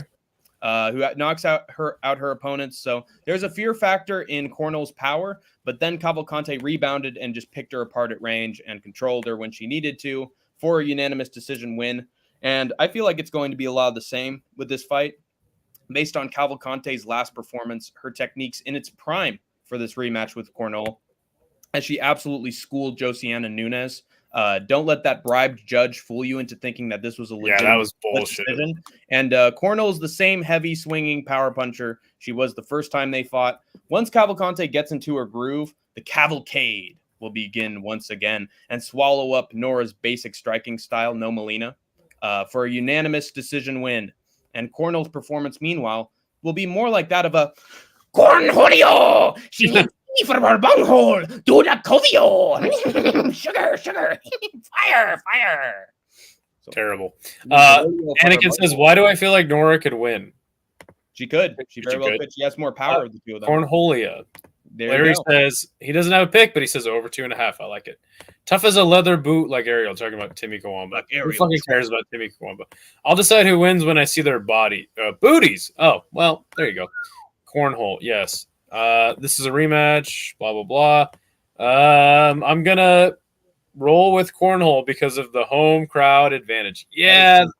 They're loud. They're just it's tough. To be honest. It's tough for sure. It changes the fight in a major way. I agree, but I just think that Jacqueline Cavalcanti showed me that she's got some fucking fantastic kickboxing skills. Yeah. Not every French fighter is going to win on this card. I can guarantee you that. I hope not. I really don't like They're soys, so they're going to lose. Oh, and they say the power factor. Well, good. I keep giving us your picks in the chat, man. We love this stuff. The next fight is a flyweight fight between a man named Daniel Barez, which if I've seen him fight, trust me, I don't remember it. Versus Victor Altamirano, who got a gift decision his last time out in Mexico City. This guy has a pretty shitty record. Lots of losses on there. Let's see here. Oh, perfect. He's 16-6, but he did have a nice win streak on the regional scene heading into his UFC debut where he got subbed by Jeffel Filio. He's 35 at flyweight. On the other hand, you got Victor Altamirano, 2-3 in his last 5, losing to Carlos Hernandez, knocking out Daniel Lacerda, and Vinicius Salvador got that gift decision. But then he's on 2-loss streak. Okay. Oh, shit. My bad. Felipe dos Santos got the gift decision. I thought Victor Altamirano won that fight. So actually that makes me even more confident in picking him. I'm picking him. I'm going to give him the decision. Obviously, this fucking guy on the left, who I don't fucking remember who fighting, got subbed in his last fight. So maybe there's a sneaky, submission chance. But I'm going to go the safe route, the Idaho Skatesman way, and pick a decision. And I'm actually going with the opposite. I'm going with Daniel Barez by decision. I came into this prediction leaning towards Victor Altamirano due to that close fight he had with Felipe dos Santos, who I still respected in the stand-up at the time of that matchup. But looking back, he really looks too unorthodox and jerky in his combinations, counters, general timing of his striking, and not in a DDP, he'll make it work kind of way. It all just looks sloppy in hindsight. No diddy. And certainly not Magnifico, as his nickname is trying to portray it as. Daniel Barez, meanwhile, seems cleaner and faster in his boxing. And in spite of the cans he's crushed on the regional scene, translated his fighting approach pretty well in his fight with Jahel Filho before Filho got the better of the grappling and subbed him. I think this will be a mostly stand-up contest in comparison with Barez's last test. And I think Daniel is going to pass this one with flying colors due to just a difference in age, speed, and accuracy in both men's striking. Losing to the guy who lost to Andre Lima isn't great. And I have a vendetta against that zombie. So because of that, I now fully underrate Altamirano. I think he loses to the guy the UFC wants on their Spain card. So give me damn Daniel by decision. Good shit.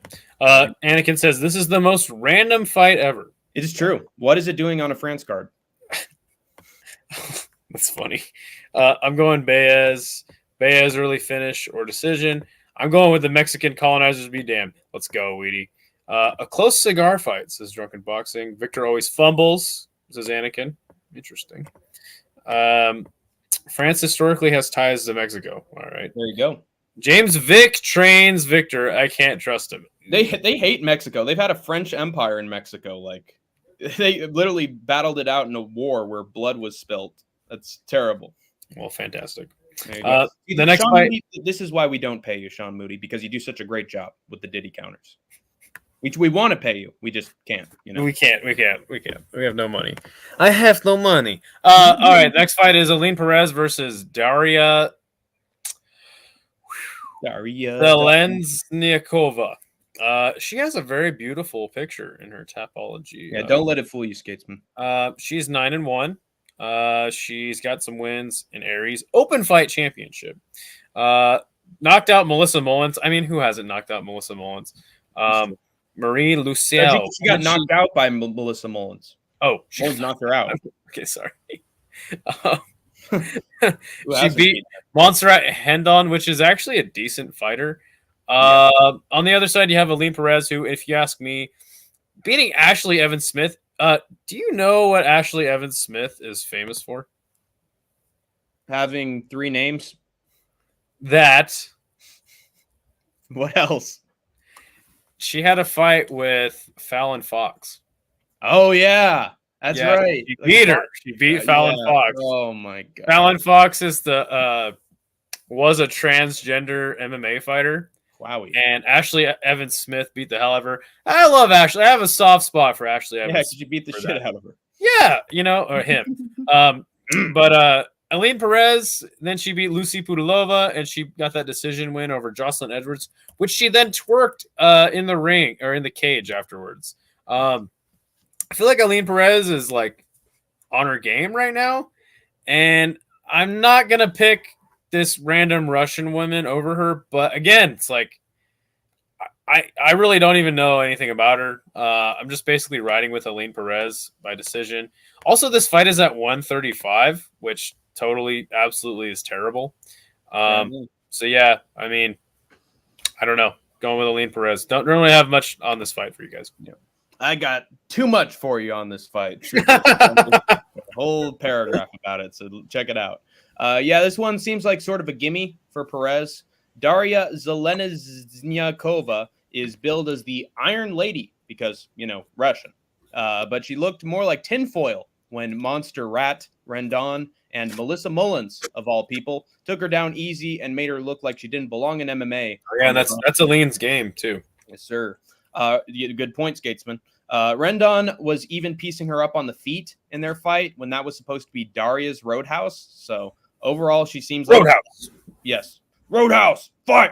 Oh, I'm going to Gucci. I got that coke sniff, But anyway, Perez, meanwhile, was the best she's ever looked in her last fight. And that's saying something given her nickname's Fiona. And at certain angles, I can kind of see the resemblance. She took down Jocelyn Edwards with relative ease. I hope that Perez gets fraud checked. I put that on Figland. Figueroa Street. All right. Figueroa Street. There you go. Now you know it's definitely not going to happen. So anyway, she took down Jocelyn Edwards with relative ease and just out-muscled her for 3 rounds, showing that the training of Jillian Robertson has really come through for her now. And now she's just a monster in the scrambles and grappling on top. Again, like Princess Fiona. Trust! The formula is working for her so far, and I don't see it failing now. It's going to get tangled like Rapunzel and frozen like Elsa. Botched. The formula is working for her so far, and I don't see it failing now unless she pulls an Aaron Blanchfield. And remember, troopers and grinders, never pull an Aaron Blanchfield. So, given that Perez is excellent in the wrestling and Darya has 0 wrestling or striking for that matter, Ailín Pérez here. She'll just dominate her once this thing gets to the ground, and then she's giving the Paris crowd a good a good look at the bun show afterwards. And I know Robin Black's going to be loving it. Just please don't let her fucking family be in the audience this time around. What will Robin Black say? This is a battle of the right cheek and the left butt cheek, both of them just squishing together and trying to get grappling dominance. I had her on my lap in 2014 when I was in MMA. And I gotta say, I coached her to the top and I pulled a few strings, and now she's twerking for me live in front of 80,000 people. This is truly a battle of the badass bitches. You've got on the left, Princess Fiona from the Shrek movie. And on the right, you have Valentina, you got Dudakova's bastard child. There you have it. Okay, we go to the next one. Fucking Robin Black, dude. Oh gosh, that guy! I'm predicting he's gonna die of an overdose in 2 years. He's gonna be like Ozzy Osbourne and somehow survive all the years. Oh, wow. Oh, that's the broad that beat up the they them. Yes, Ashley Evans Smith, Ailín Pérez in Paris makes sense for sure. No, it doesn't. But yes, I see what you're saying. Over 2.5. See, Larry's like, nah, I'm not making a pick. Over 2.5. Fallon Deaf is a man, no matter what he says. Agreed. Perez, please shake the booty for the celebration. Hank, the only drug you ever did was Tylenol. I got my sinus sprays. and glue and markers. Didn't Sean say that he had a friend that did meth and was into bestiality? Yes, he did. In fact, Okay, say that. I He just announced that. wasn't sure if I was remembering that wrong. She do like Shrek's Fiona. Yes.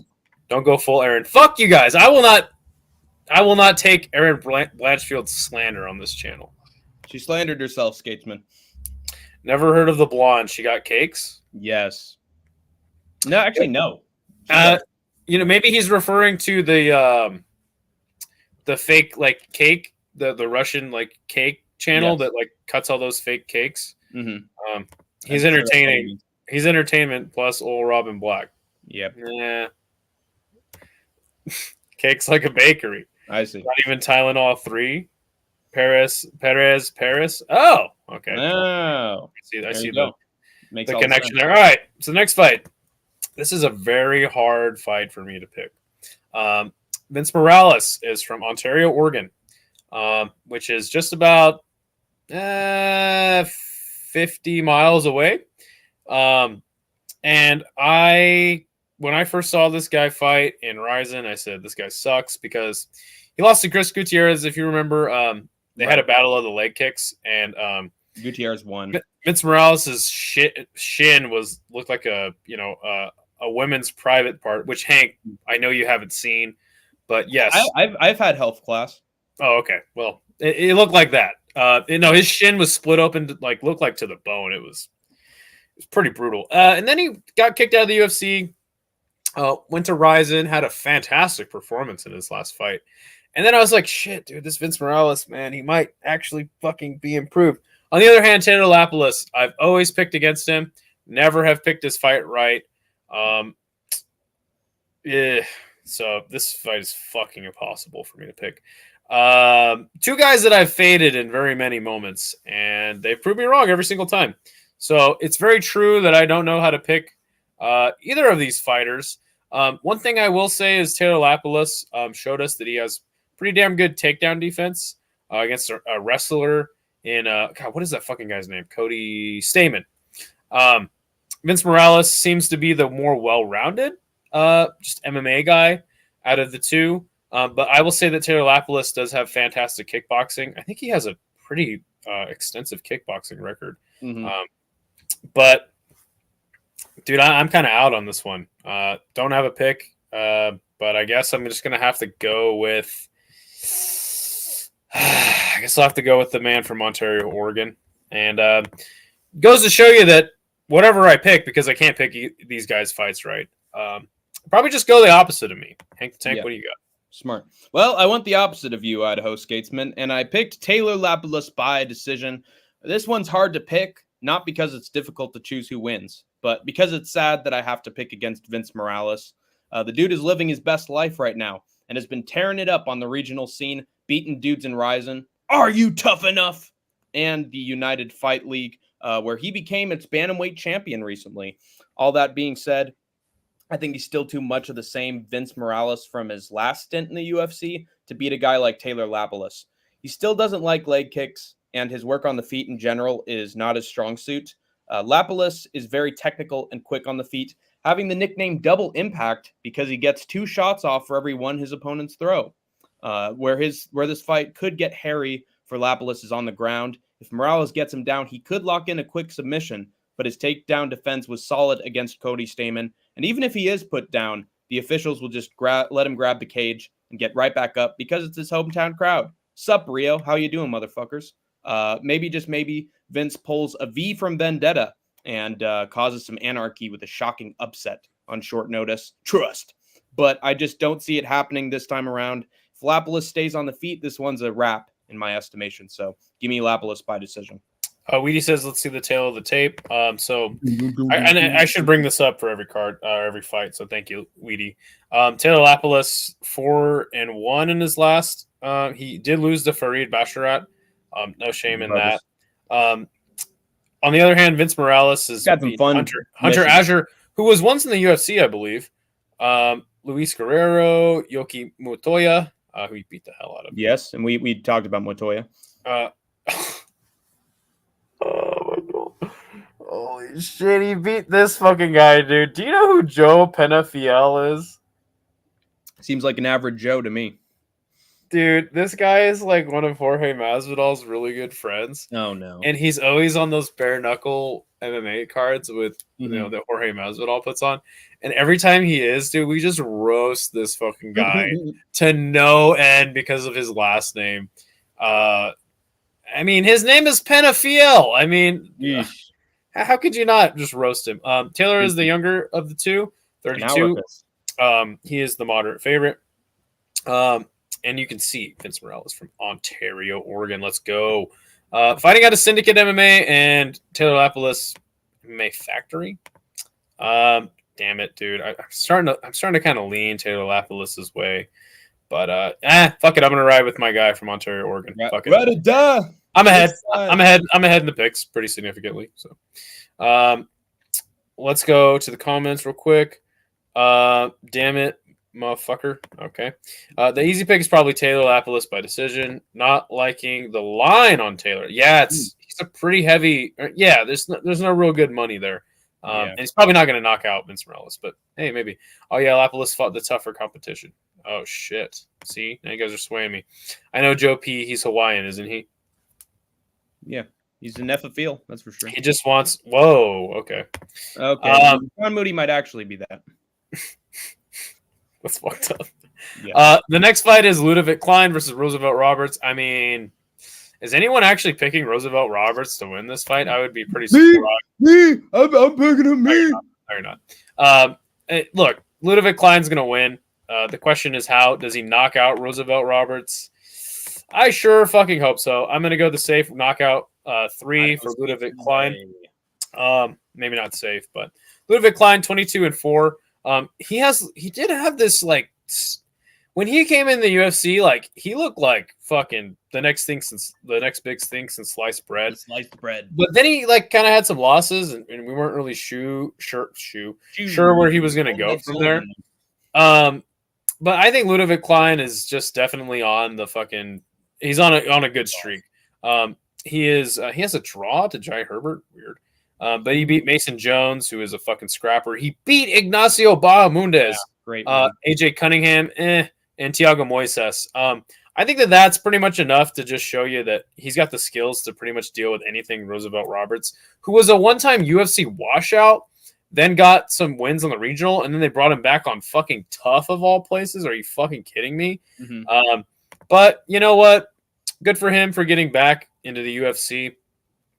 This is not his full record because he did have those tough fights, but he did lose to Rebecki, who is just a fucking monster. Got subbed by him. He is a fucking huge underdog in this fight. Crazy. 12-4 is his record. I mean, look, Ludovic Klein has 10 more wins than him.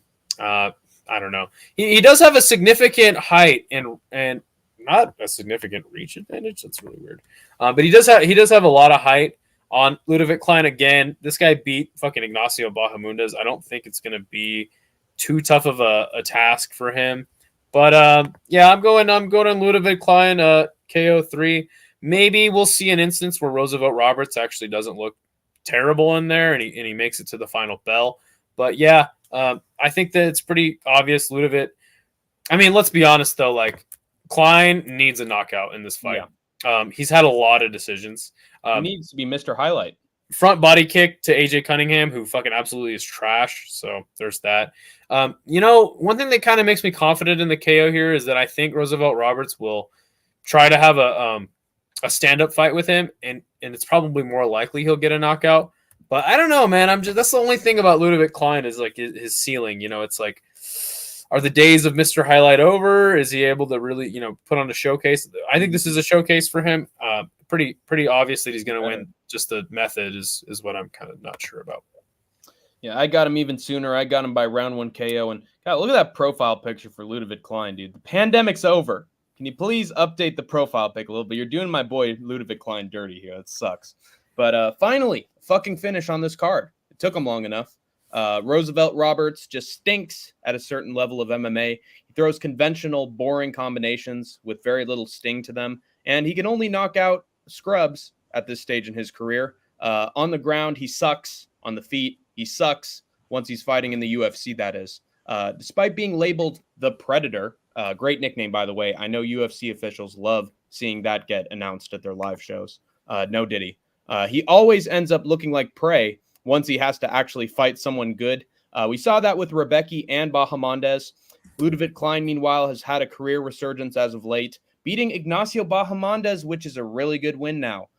Finally getting a KO against AJ Cunningham, and then effectively smoking Thiago Moises like a Rasta, as Mauro Ranallo would put it. Given that Klein was able to get Moises down to the ground, he should knock Roosevelt down at some point, keep him down, finish him on the mat, first round KO, and Roberts brings shame to the Roosevelt dynasty once again. Theodore and Franklin Delano, dude. Yeah, they would not be happy. Chummy says he's got to bounce, get some lunch. I'll get some crowd cam for you guys at Lumpany if I can. Dude, that's nice. Right.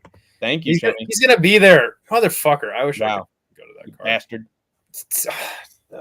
Dude, just to see Takeru fight live would be so sick. He's having a midlife crisis. No, I'll be in Thailand eventually. Klein KO or sub, Klein and Dine. Rosie let me down when he lost to Austin Hubbard. Well, why did you pick Roosevelt Roberts against Austin Hubbard? That was dumb. Dewey Shuey mate. Roosevelt got highlighted by Bahamondes, I think. Bama. A lot of hype, but not the reach. What the fuck? Klein got fucking chimp arms. Wow. Seems to be that. Ain't that dude got the Ferris wheel kick to the face? Yes. Easy win for Klein. No Diddy 5. Why is UFC giving Klein tall opponents? They hate him. I don't know. That is kind of interesting. This was on short notice, so maybe Roosevelt just found the contract. Maybe Klein told the UFC he likes him tall. Hey, fair assessment. Nice. By the way, thanks for everybody hanging out, dude. We have a fucking hell of a crowd here today. I love it. The next fight is unfortunately going to be a light heavyweight fight. Omar Sy, possibly the brother of Sadabusi. Do you know anything about that? He is not. I checked. He's not. Okay, bummer. Versus Da Un Jung, which has changed his name to Ja Woon Jung for some damn reason. Omar Sy is 10-0, undefeated, 28 years old. The Frenchman. He's 6'4", fighting out a Bulgarian top team. Look at that. Isn't that just fascinating? Wow. On the other end, Da Un Jung, probably the tallest man in South Korea. Don't fact check me on that. He's 30, fighting out a Korean top team. So we got Korean top team versus Bulgarian top team. Very interesting. He is 15-5-1. Dude, I fucking love Da Un Jung when he came in. He beat Kennedy and Zechiku. That was fucking fantastic. He knocked him out cold. It was so sick with a sick-ass elbow. And then now he's on a 3-fight losing streak to Justin Jacoby, Devin Clark, and Carlos Olberg. Getting submitted. Yeah. Who gets submitted by Carlos Olberg? Despicable. Fucking terrible. Unfortunately, though, I don't really know a lot about Mr. Sada or Omar Sy. Sorry. I'm going to pick him because I think Da Un Jung probably is just washed at this point. He got a submission over Tuco Tacos, who fought last on the Contender Series, right? Didn't he? Yes. Wait, what the fuck? He beat him in the UFC? Wait, I don't even know who Tuco Tacos is. He beat Tuco Salamanca from Breaking Bad. All right, well, I don't know. I don't know enough about this guy, but something just tells me that the French is going to get it done this time. Yeah. I think that Da Un Jung's best days are behind him. And his best work is on the feet. Omar Sy getting a submission in his last win gives me great confidence in him. But as far as like a finish, I'm not really entirely sure. I don't know enough about his game. Maybe I'll wait for Hank's pick to sway me. I have got him by round 1 submission. Now it's time to rack up those finishes, folks. They're coming quick and they're coming hot. No Jones. Speaking of John Jones, say hello to the new greatest light heavyweight ever, and the new French John Jones, Omar Sy. This guy has an insane height and reach for his weight class, is solid on the feet, but even better on the ground. Using his long legs, using his long legs and huge frame to their full advantage. Again, slam poetry, beat poetry, folks. Using them to his full advantage and switching up chokes and getting TKOs from Mount. No Izzy. But yes, Jones. Omar Sy is going to be Da Un Jung's worst nightmare, like Jacqueline Cavalcanti. Trust. especially since he just recently got submitted by city kickboxer Carlos Olberg. Botched. I mean, I think he got hurt by him though first, right? Yes, but then it was a club and sub. It was fucking 3 rounds, and then he got subbed. Crazy. So yeah, if that guy can submit Wu Zheng, I know C can. With his superior reach, he'll beat up Zheng, da, and then get him down with his longer frame, da, and finally use his longer arms and legs to choke him out however he wants, da. Dude, it's funny because Hank is sitting there writing his fucking notes, going, "Oh, dude, this is hilarious. This is gonna hit really hard." And then here's me just going, "Oh, brother, this guy stinks." This guy's getting his jewelry stolen because Omar coming, man. Trust. How did I know he was gonna say trust? Because I did the Izzy voice right before I said it. Hilarious. It's very funny. Yeah. Very, very funny. Sure. Next fight, please. You're done? I didn't know you were done. Yeah, we're done. Oh, gosh. Let's see. Tallest man in Korea. Yes. Don't fact check me. The Psy is the side by rear naked choke. Wow. Ew, he lost to Devin Clark side by sub. He's like a giant in Korea. Yeah, I agree. Tukos trains with Brennan out. Oh, so he's a get him a bell to ring? Oh yeah. Uncle Theo. Ding ding ding. What do you do to my Theo? He was some random English guy. Okay, got it. French John Jones, interesting. Round by sub what? Round by C. Psy by sub, round 1 or 2. Psy is dangerous at light heavyweight, especially his grappling. Omar's on the run? What? Yeah, he's got to escape the police, man. Well, that's racist as hell. No. It's Omar from The Wire. Again, you're casual. I haven't seen The Wire. Yeah, I don't know. I mean, I don't know enough about this fucking guy, but yeah, whatever. Who cares? The next fight is Ion Kutalaba fighting Ivan Arslan. Longtime KSW like journeyman, I guess might be fair to say. But look, dude, this guy's just fucking knocks people out. Gotta love this guy. He's 3-2 in his last 5. On the other hand, Ion Kutalaba is fucking 1-4 in his last 5. Losing to Ryan Spann, Johnny Walker, Kennedy and Zetchiku, beating Tanner Bozer, which is probably why he is no longer in the UFC, and then losing that decision to Felipe Lins. Now Lins is not in the UFC. Oh, really? Okay, I didn't know that. At least I saw it on Twitter. Maybe. Okay. So yeah, I mean, obviously you'd want to pick Ivan. Kind of interesting that he's in the UFC. Probably by first round knockout as well. But listen, I've picked Ion Kutalaba to win many fights that he lost. So I'm not counting him out entirely. I think that this will just be a slugger, and probably Ivan will get the best. But, you know, man, Ion Kutalaba for about 45 seconds is a very dangerous man. And then after that 45 seconds, pretty much rip up your ticket if you bet on him. So yeah, just like Paul Craig.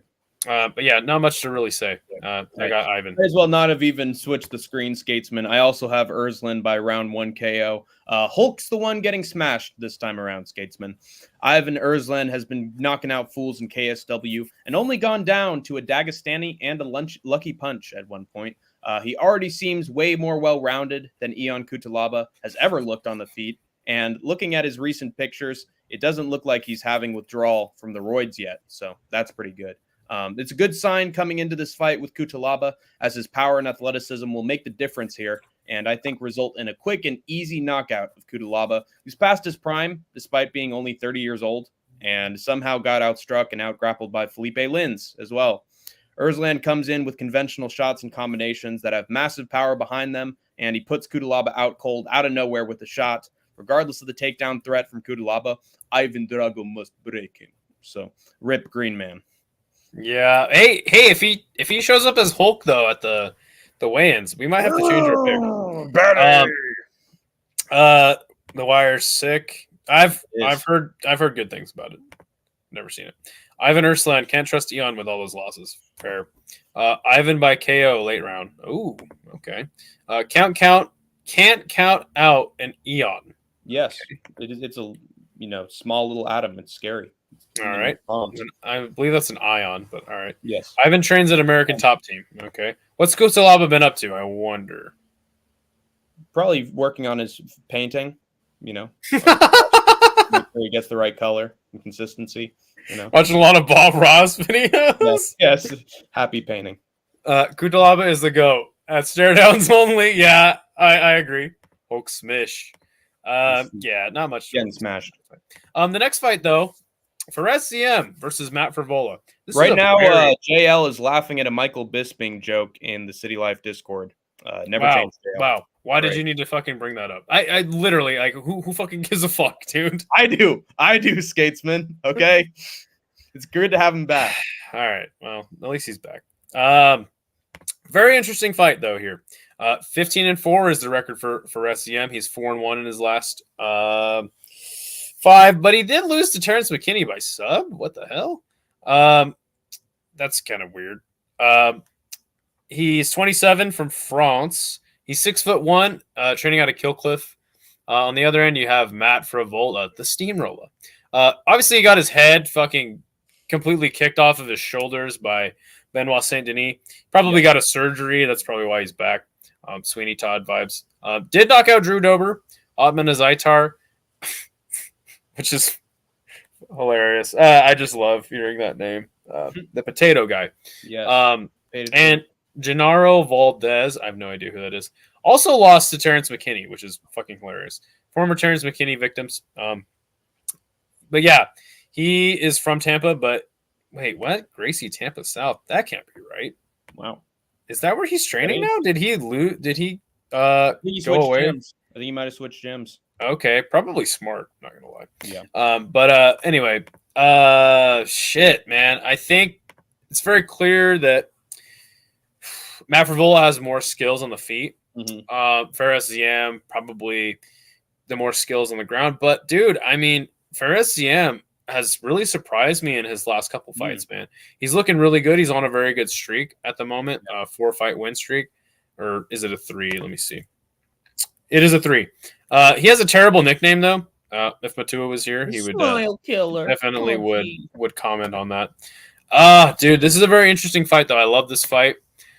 I want to go for SCM. Obviously, he has some more momentum heading into this fight, but I truly do believe that Matt Frivola is going to bring his all, as he always does for this one. He was on a fantastic run until he ran into the freight train that is Benoit Saint-Denis. Yeah.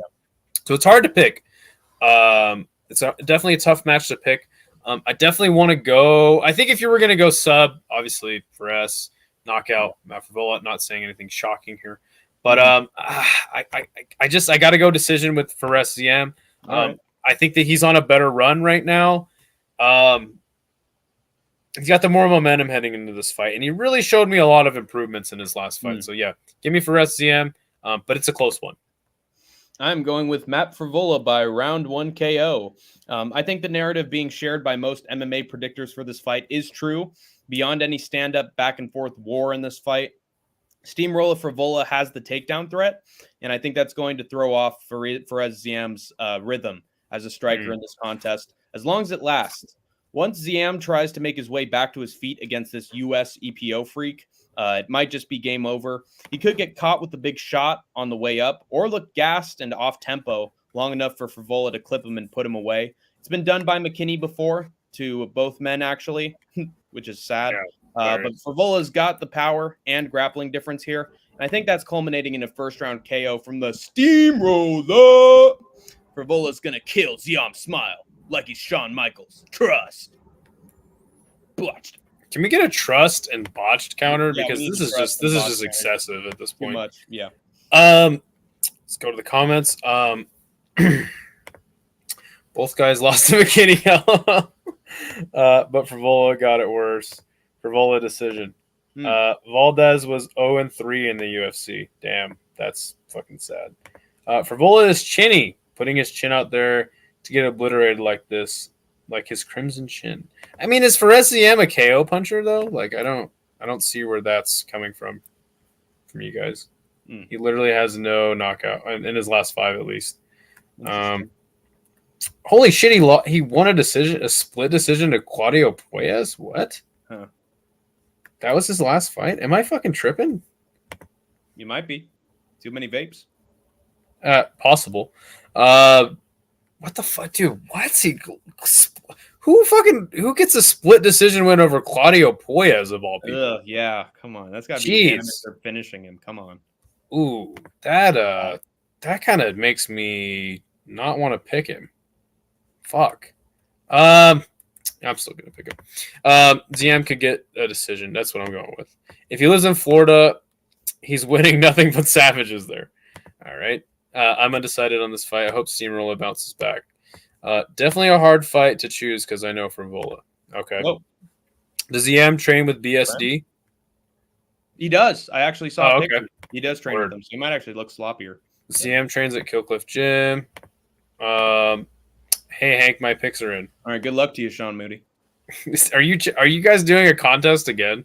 Yeah, again, it's a fucking 5 event game, so we're gonna be doing this for a couple months. That's terrible. It is.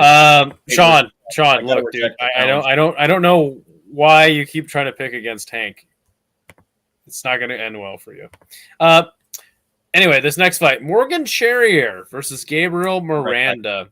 Both these guys fucking suck. This is a terrible fight. Just trying to give Morgan Charrier a win. If we look at their records, Morgan is 19-10-1. Can you believe that shit? And he is a Cage Warriors fucking guy. Probably came in a little late. He was on a good run in Cage Warriors, though, getting 2 knockouts in a row. Then he knocked out some guy with the last name Zucchini. Again, don't remember that fight. Watched it, don't remember it. And then lost a split decision to Chepe Mariscal. Actually, not the worst thing to have happen in your career. He's 28 from Mont-la-Jolie, France. He's 5'8", and he is the big favorite in this card.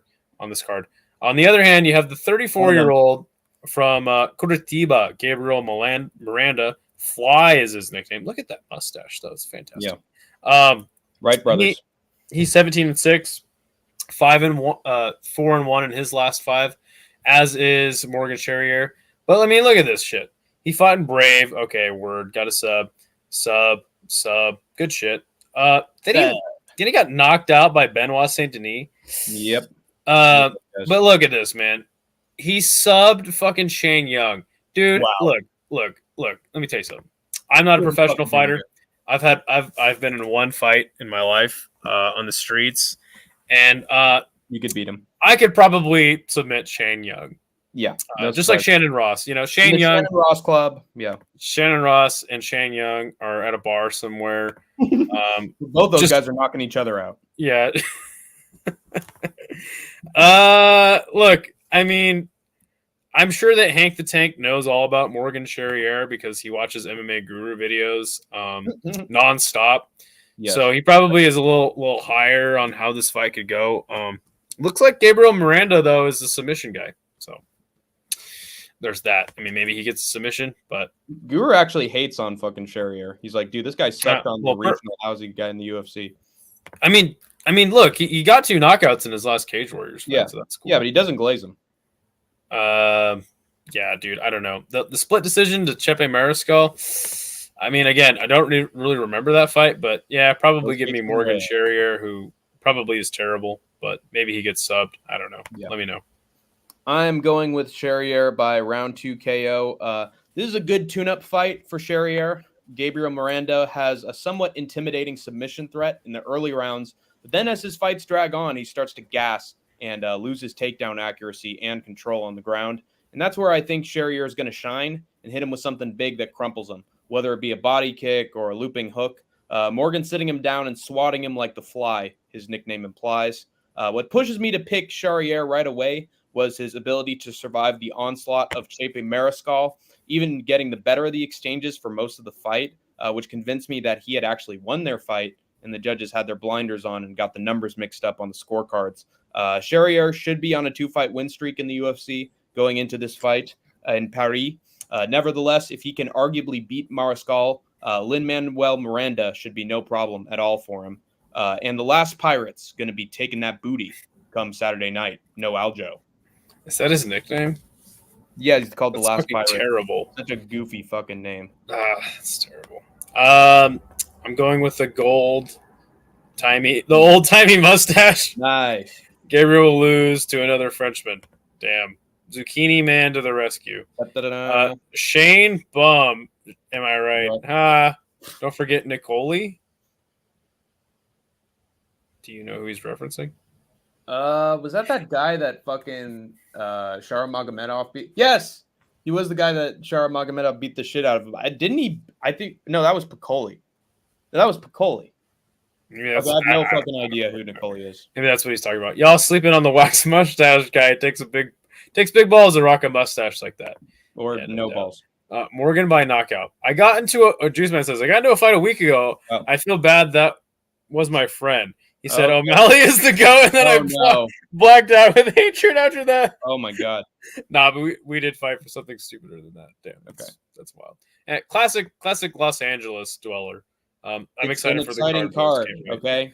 Nicole lost to Jesus Aguilar by sub, and he's an awesome. Oh, Stuart Little. That's right. I mean, I don't know if that guy's a bum, like fucking on the likes of Shane Young and Shannon Ross, though. No. Yeah, but he's definitely, I saw him in an animated film in 2004. He was getting chased around by a cat and had a human for a family. So, very interesting stuff. Stuart Little. All right, the next fight is Kevin Jousset versus Brian Battle. So Kevin Jousset is a French guy that is actually from New Zealand, and he trains at City Kickboxing. Mm-hmm. Very strange. Very strange. And then he trains at City Kickboxing, and he got a submission against Kiefer Crosby. Who the fuck is Kiefer Crosby? Can you remind me? He's that Irish dude from Cage Warriors who like came in on short notice and absolutely sucked against some guy in the fucking striking, and then I think he got beaten by Jake Hadley recently in like a big upset. Okay. Kiefer Crosby just fucking sucks. Tries to outmuscle fools. He has no technique at all. Tiny little T-Rex arms. He sucks. Then he beats Kenan Song, which is like not impressive at all. On the other hand, you have Brian Battle, like just looking like he's just getting better every fight. Mm-hmm. Then he had that weird eye poke thing happen against Angelusa, and they tried to fight each other in the cage afterwards. And Brian Battle, fuck him, know what I'm saying? Yeah, he's 10-2. Both men are actually 10-2. So like at a glance, like Brian Battle definitely looks like he's improving. You kind of forget that Brian Battle is like 30. You know what I'm saying? Yeah. You know what I'm saying? And so is Kevin Jousset. The thing is like the level of opponents that both of these guys fight, just like I have no idea who's going to win this one. I'm going to pick Brian Battle. I think it'll be a fun fight. It is at welterweight, but for the reason why I'm so undecided, I'm going to go with decision. All right. I'm going with Brian Battle by round 2 KO. This is one of those fights where I think one's just going to outdog the other. No Izzy. Where Brian Battle has constant pressure on the feet and good takedown and grappling ability. Kevin Jousset is more technical, distance striker who doesn't always step on the gas when he needs to, like against Song Kenan, which is the fight that's pushed me to pick Battle instead of Jousset. He looked super hesitant against Kenan, who himself looked like absolute shit against Ricky Glenn recently. With no killer instinct, I don't see Jousset rocking or finishing Battle. And if enough time passes and Battle isn't shaken up, he's going to clip Jousset with something and then take him down to the ground, and that's where he's just going to beat the shit out of Kev on top. I think enough to score a TKO in the second round. He's just too tall, too fast, and too aggressive for Jousset to handle, and he gets bodied here. It makes even more sense when he realized he has the same nickname as Charles Air Jourdain, who just got dog-walked by John Silva. No Izzy, but yes, John. As John did in his post-fight interview. So yeah, lame nickname, lame performance, and vicious finish from Brian Battle. Brian Pube, the Butcher Battle. That was weird. Changed it. Slipped up there. Like, coughing fit. Crosby trains at SBG with Connor. Okay. Crosby's best win is Alex Oliveira got subbed by Sam Patterson. Okay. Starting to ring a bell. No, not really. Battle decision or TKO. Kiefer Crosby sounds like he should be an actor in the 80s on an 80s TV sitcom. I 100% agree. Kiefer is not UFC level. Nope. Frenchman by decision. Ooh. Meh.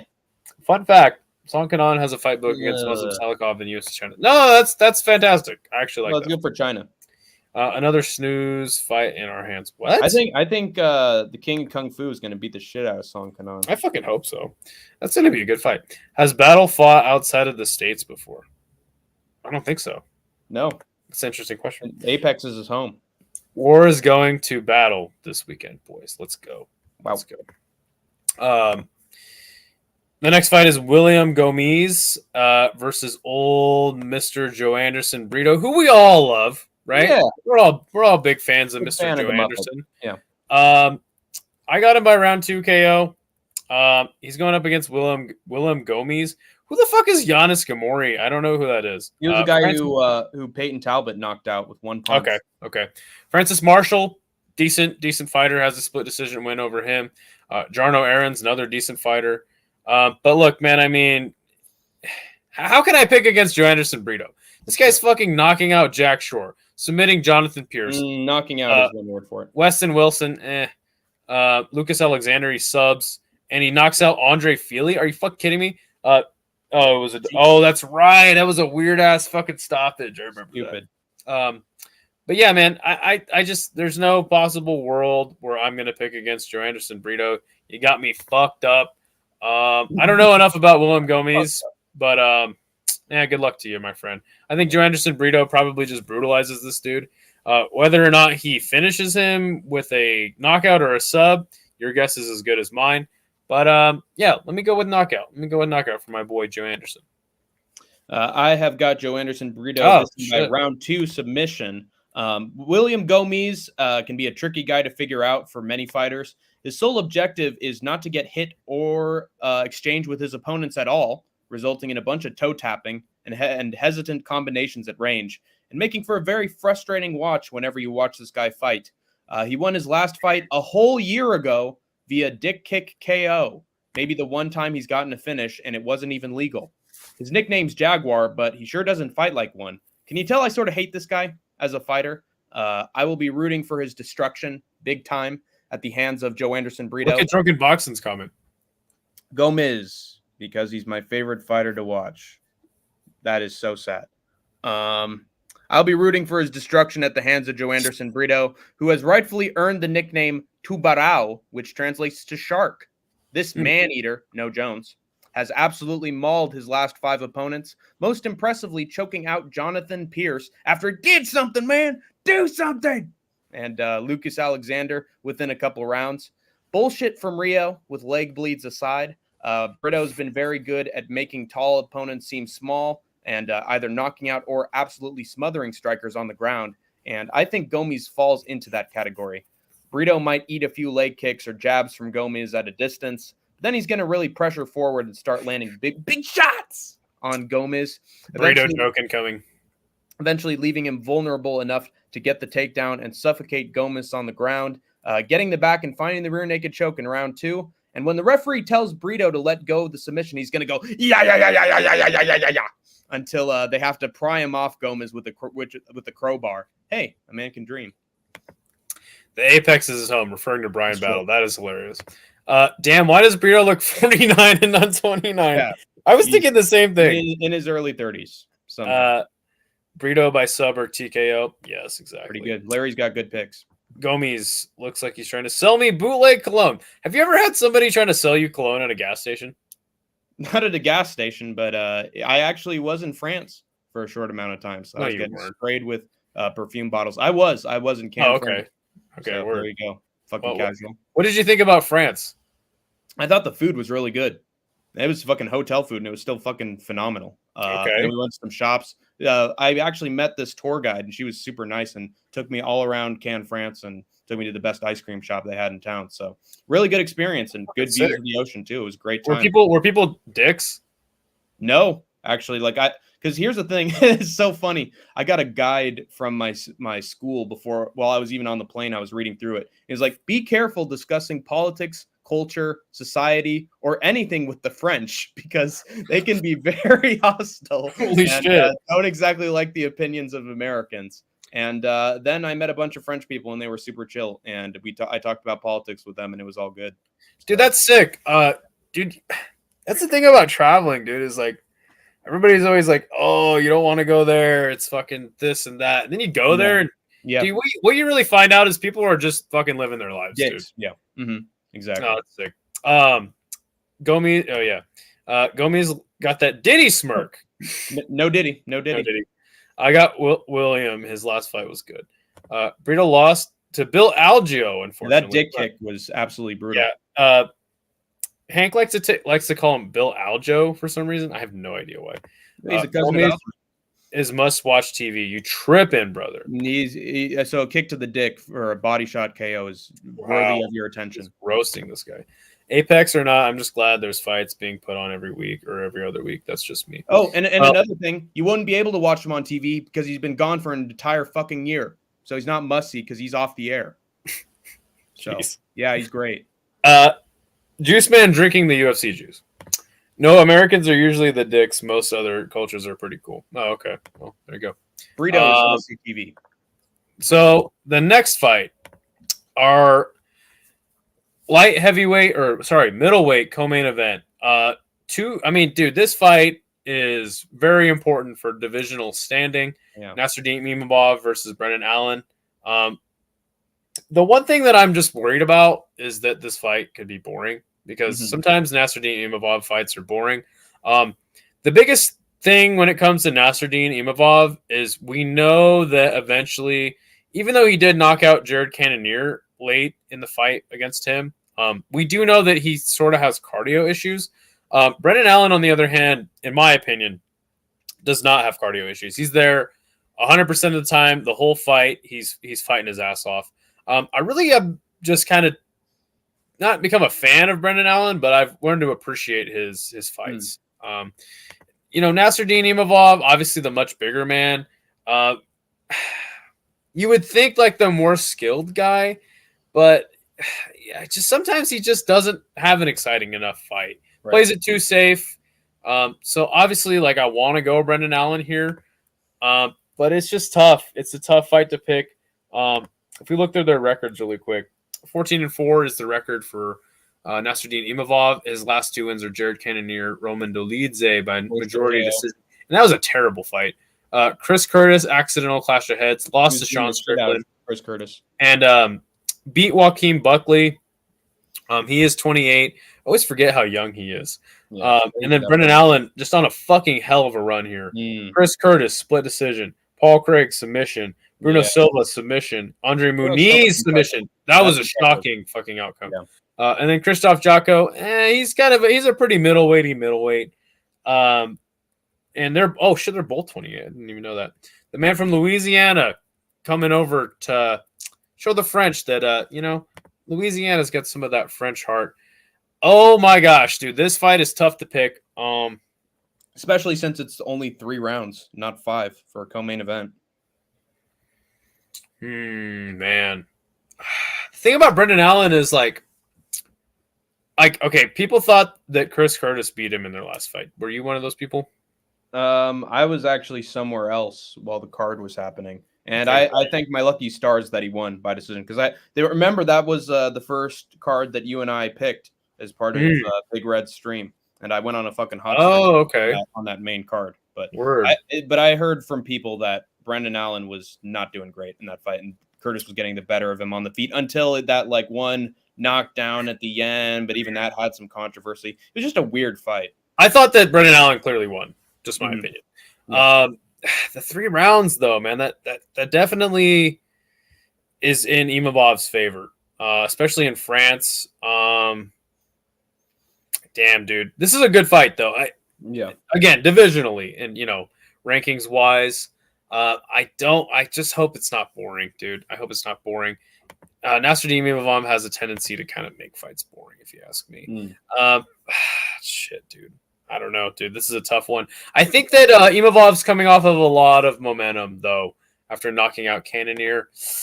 I think Brendan Allen can win. I'm going to just go Imavov decision. But, again, it's a close one. It's a tough fight for me to pick. What say you, my friend?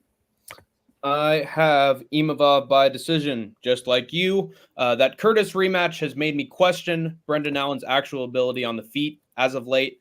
He's had his crazy knockdowns of Bruno Silva and Paul Craig, but against guys with more technique and fight IQ, it seems like Ailín buckles and shoots takedowns out of desperation when he isn't getting the better of the exchanges.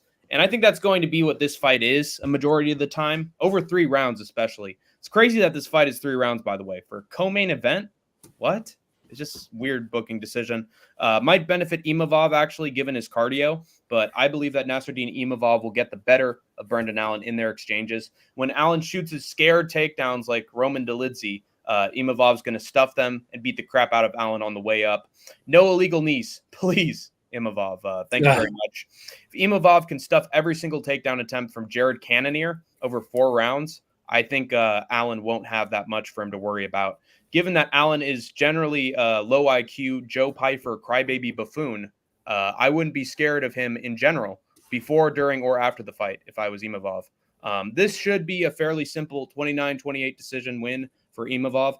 And I know that somewhere at that very moment, JL will be jumping up and down on the couch like a coked up Tom Cruise and spam "I told you so" comments on some guy's YouTube live chat. Oh, JL. He's going to be thrilled seeing Imavov Looks win. like the chat's going Imavov too. Imavov decision over 2.5. Larry's got good picks this time. Allen at those odds is tempting though. I got Imavov decision. Where is Serial Gain? Well, shooting a movie. Yeah. And Look at Bruno Silva. Volkov got canceled, so he's got a lot of free time on his hands. Look at Bruno Silva and Paul Craig's recent fights. It hasn't aged well. Well, but he's finishing them. You know what I'm saying? That's the important part. Well, Chris Weidman was able to do it with old JL. Yeah, that was ridiculous. Yeah, dude, I'm not counting Brendan Allen out in this fight. I think that he's really on the hot streak of his career, man, and it could continue. But it's tough to pick against Nasruddin Imavov in France at over 3 rounds. So. Yeah, his performance against Cannonier was super impressive too. Was it? I think it was. The finish was. He was the better in the striking, and I think he stuffed. Dude, he's just fucking boring as shit, dude. I know, but that doesn't mean he hasn't looked good. Man. The main event: Renato Money Moicano versus Benoit Saint-Denis. Fuck, this is a fantastic fight. As you folks in England might say, this is a cracker of a main event. Mm-hmm. That is not a racial slur to my co-host. So Renato Moicano is plus 220 underdog. He beat Jalen Turner by KO. Drew Dober by decision. Brad Riddell. I mean, come on, by submission. Who cares? RDA, he did lose to 2 years ago. Alexander Hernandez, he subbed. Not the greatest run, but Dober, Jalen Turner, still pretty decent wins. That was a fantastic fight, by the way, with Jalen Turner. And then before that, he got knocked out cold by by Fazeev. That was fucking brutal. Embarrassing loss for Money Moicano. But then on the other side, you got Benoit Saint-Denis, who was on a sick run, knocking out the bum Gabriel Miranda. Beating Ismail Bonfim by sub. Thiago Moises, he knocked out viciously. Frivola, he fucking just took his head off, which propelled him into the Dustin Poirier fight, which I totally counted out Dustin in that fight. Thought Benoit Saint-Denis would totally fuck him up. And to be fair, BSD had some moments against Dustin, but he did get viciously knocked out by Dustin Poirier. Fantastic moment. So a lot of people were like, oh, dude, he only lost because he got staff. It's like, so if I had wheels, I'd be a fucking wagon. If I had wheels, I'd be a bike. So, gosh, I can't pick Money Moicano in this fight, dude. Even though Benoit Saint-Denis did get fucking smashed by Dustin Poirier, I do think that he still got it in him. I think that Moicano gets hurt. How he responds to that is going to be the most important determining factor of the fight. Yeah, man. Give me BSD. I think that he's there's a clear, and that's what's fun about this fight. Obviously, Moicano, submission skills. Benoit Saint-Denis, the knockout artist. I don't even think Money Moicano is really all that good, if you ask me. How dare you? So, yeah, I'm gonna fade him big time here. I am going with Renato Money Moicano by round 2 submission. Betting line for this fight is insane. Minus 250 for Benoit. Are you kidding me? Moicano cannot afford to lose. How can you bet against this man? On a serious note, have people forgotten? People forget, man, that Money Moicano is a black belt in jiu-jitsu. Have they forgotten that this man has fought Calvin Kattar, Korean Zombie, Jose Aldo, Fiziev, and gone on to win against both Drew Dober and Jalen Turner? Money Moicano, he is a hard guy to put away. He will outgrit you and he will out-wrestle you wherever he sees an opportunity to do so. Benoit's a dog too. Shout out to the puppy. But Moicano, I think, is on another level of wrestling offense and striking defense compared to him. Drew swung like a maniac and paid for it when Jalen Turner was a sniper. And his name is Jalen. Jalen Turner. Jalen Turner. Sorry. We did the Minato Moicano pronunciation. And he would have knocked out Moicano if not for his complete idiocy. Benoit throws wildly like Dober as well. His only chance to really knock Moik out is with a big head kick. And I'm picking a guy, and I'm not picking a guy based on a lucky kick alone. I think he tries to bum rush Moicano like he did with Poirier after Moicano survives round one. And he finds a beautiful double leg while BSD's coming in, gets him down to the mat, and he'll keep him there if Benoit's on his back. Eventually, Benoit will try to push himself up in a burst of energy, but I can easily see Moicano getting the back from that and locking in the rear naked choke for the round 2 sub, just like that. Benoit's overrated, especially at this stage in his somehow young career, despite that fucking Kratos face. And Moicano got to make that money, honey. So by hook or by crook, he's finding that sub. And then, you are next, Paddy Pimblish. You fat-ass pig. I'm gonna whoop you at coaching and in the cage, motherfucker. I'm gonna be a cop. I'm gonna arrest you. Fuck you, Joe Rogan. Well, there you go. Yeah, we have a lot of different picks on this card. It's fucking sick, actually. Yeah, I like it. It's a great card. So, Anakin picking Benoit. Benoit KO. Everybody picking Benoit. Saint-Denis decision. Didn't learn your lesson. What's up, AJ? Got to give him some time to get his wheels back after a KO loss. Yeah, no doubt. Javelin Turner. He got the Guru interview. And the Guru interview curse, man. When you interview the Guru, you win. So that's a buff. Yeah, who gives a fuck about fucking MMA Guru? You can be a striker and learn to stuff the grappling. BSD KO, unless you're Sugar Shane. You mean Sugar Sean. Yeah, BSD by TKO, 3.5 under. Jesus Christ. You guys are going to be real sad after everybody riding with BSD, man, and I understand why. I just don't think Money Moicano is like really that good. I think he is good, especially if he can get a takedown. I think he is fantastic. So, I mean, what makes you think that he is takedown or not? And remember, Matt Frivola took down Benoit Saint-Denis in the first round. Everybody's forgetting that happened. And so you're telling me that Moicano's not going to be able to... Hank is losing his mind. If fucking Hanato Moicano loses, can you imagine the depression level of Hank the Tank? Come Saturday night. I'm not be that sad about it. I like both guys, but I'm just saying that everybody picking Benoit Saint-Denis, they must not bet on fights because that's the dumbest motherfucking decision I've ever heard.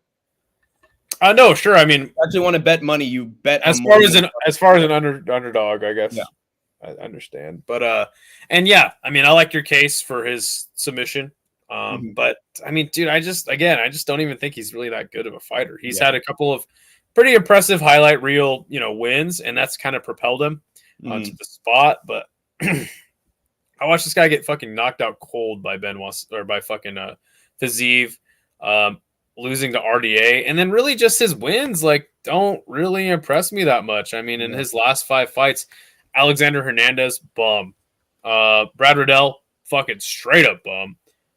Drew Dober, decent fight, and it was a decent win. Scary power puncher. And like you said, Jalen Turner almost finished him. So it's like...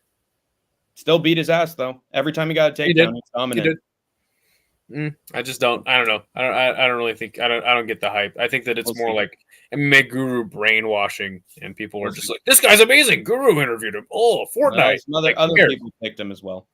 No, for sure. Again, I don't think that the pick for him is crazy, but yeah, I just got BSD in that one. So anyway, 2.5 fucking hours we've been live, dude. Can you believe that shit?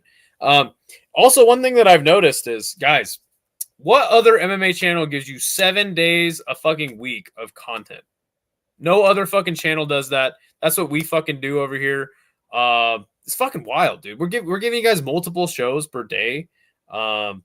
what the fuck are you guys doing? I mean, how are we not at 1 million subscribers yet? Oh yeah, that's right. It's ridiculous. Because we kind of suck. But anyway, dude, that's the show. I have nothing else to say. Me neither. Yeah, I need to get some food. Me too. I'm All right, lead us out, Hank the Tank. Well, we're cooked, guys. We'll read these last comments real quick before we go. Agree, Idaho. Heard that. Hank, I'm gonna be real, right? Be real. Be real. Haha, Hank. Okay. Barez, Lapilus, Klein, Sai, Urslan, Fervola, Sharier, Battle, Brito, Imavov, and BSD. Is that your parlay? Let's go. Cash App and PayPal down below. SkateTank MMA. I can't wait for Fazeev to make a return. Dude, me neither. Fuck. Let's get Fazeev back as an underdog pick. Yes. Cook him, Idaho. W stream, chat. Peace out. Thank you, Larry. Thank you very much, my friend. God bless you, my friend. Great picks. Why Hank throwing up 2 in the pink, 1 in the sting? Again, Newman olive oil. Yeah, you guys are the chosen ones. John Jones style. That was for Hank. No trust. Yeah. All right, guys. We're getting the fuck out of here. All right. Hank Tank, lead us out. You have escaped the war zone for now.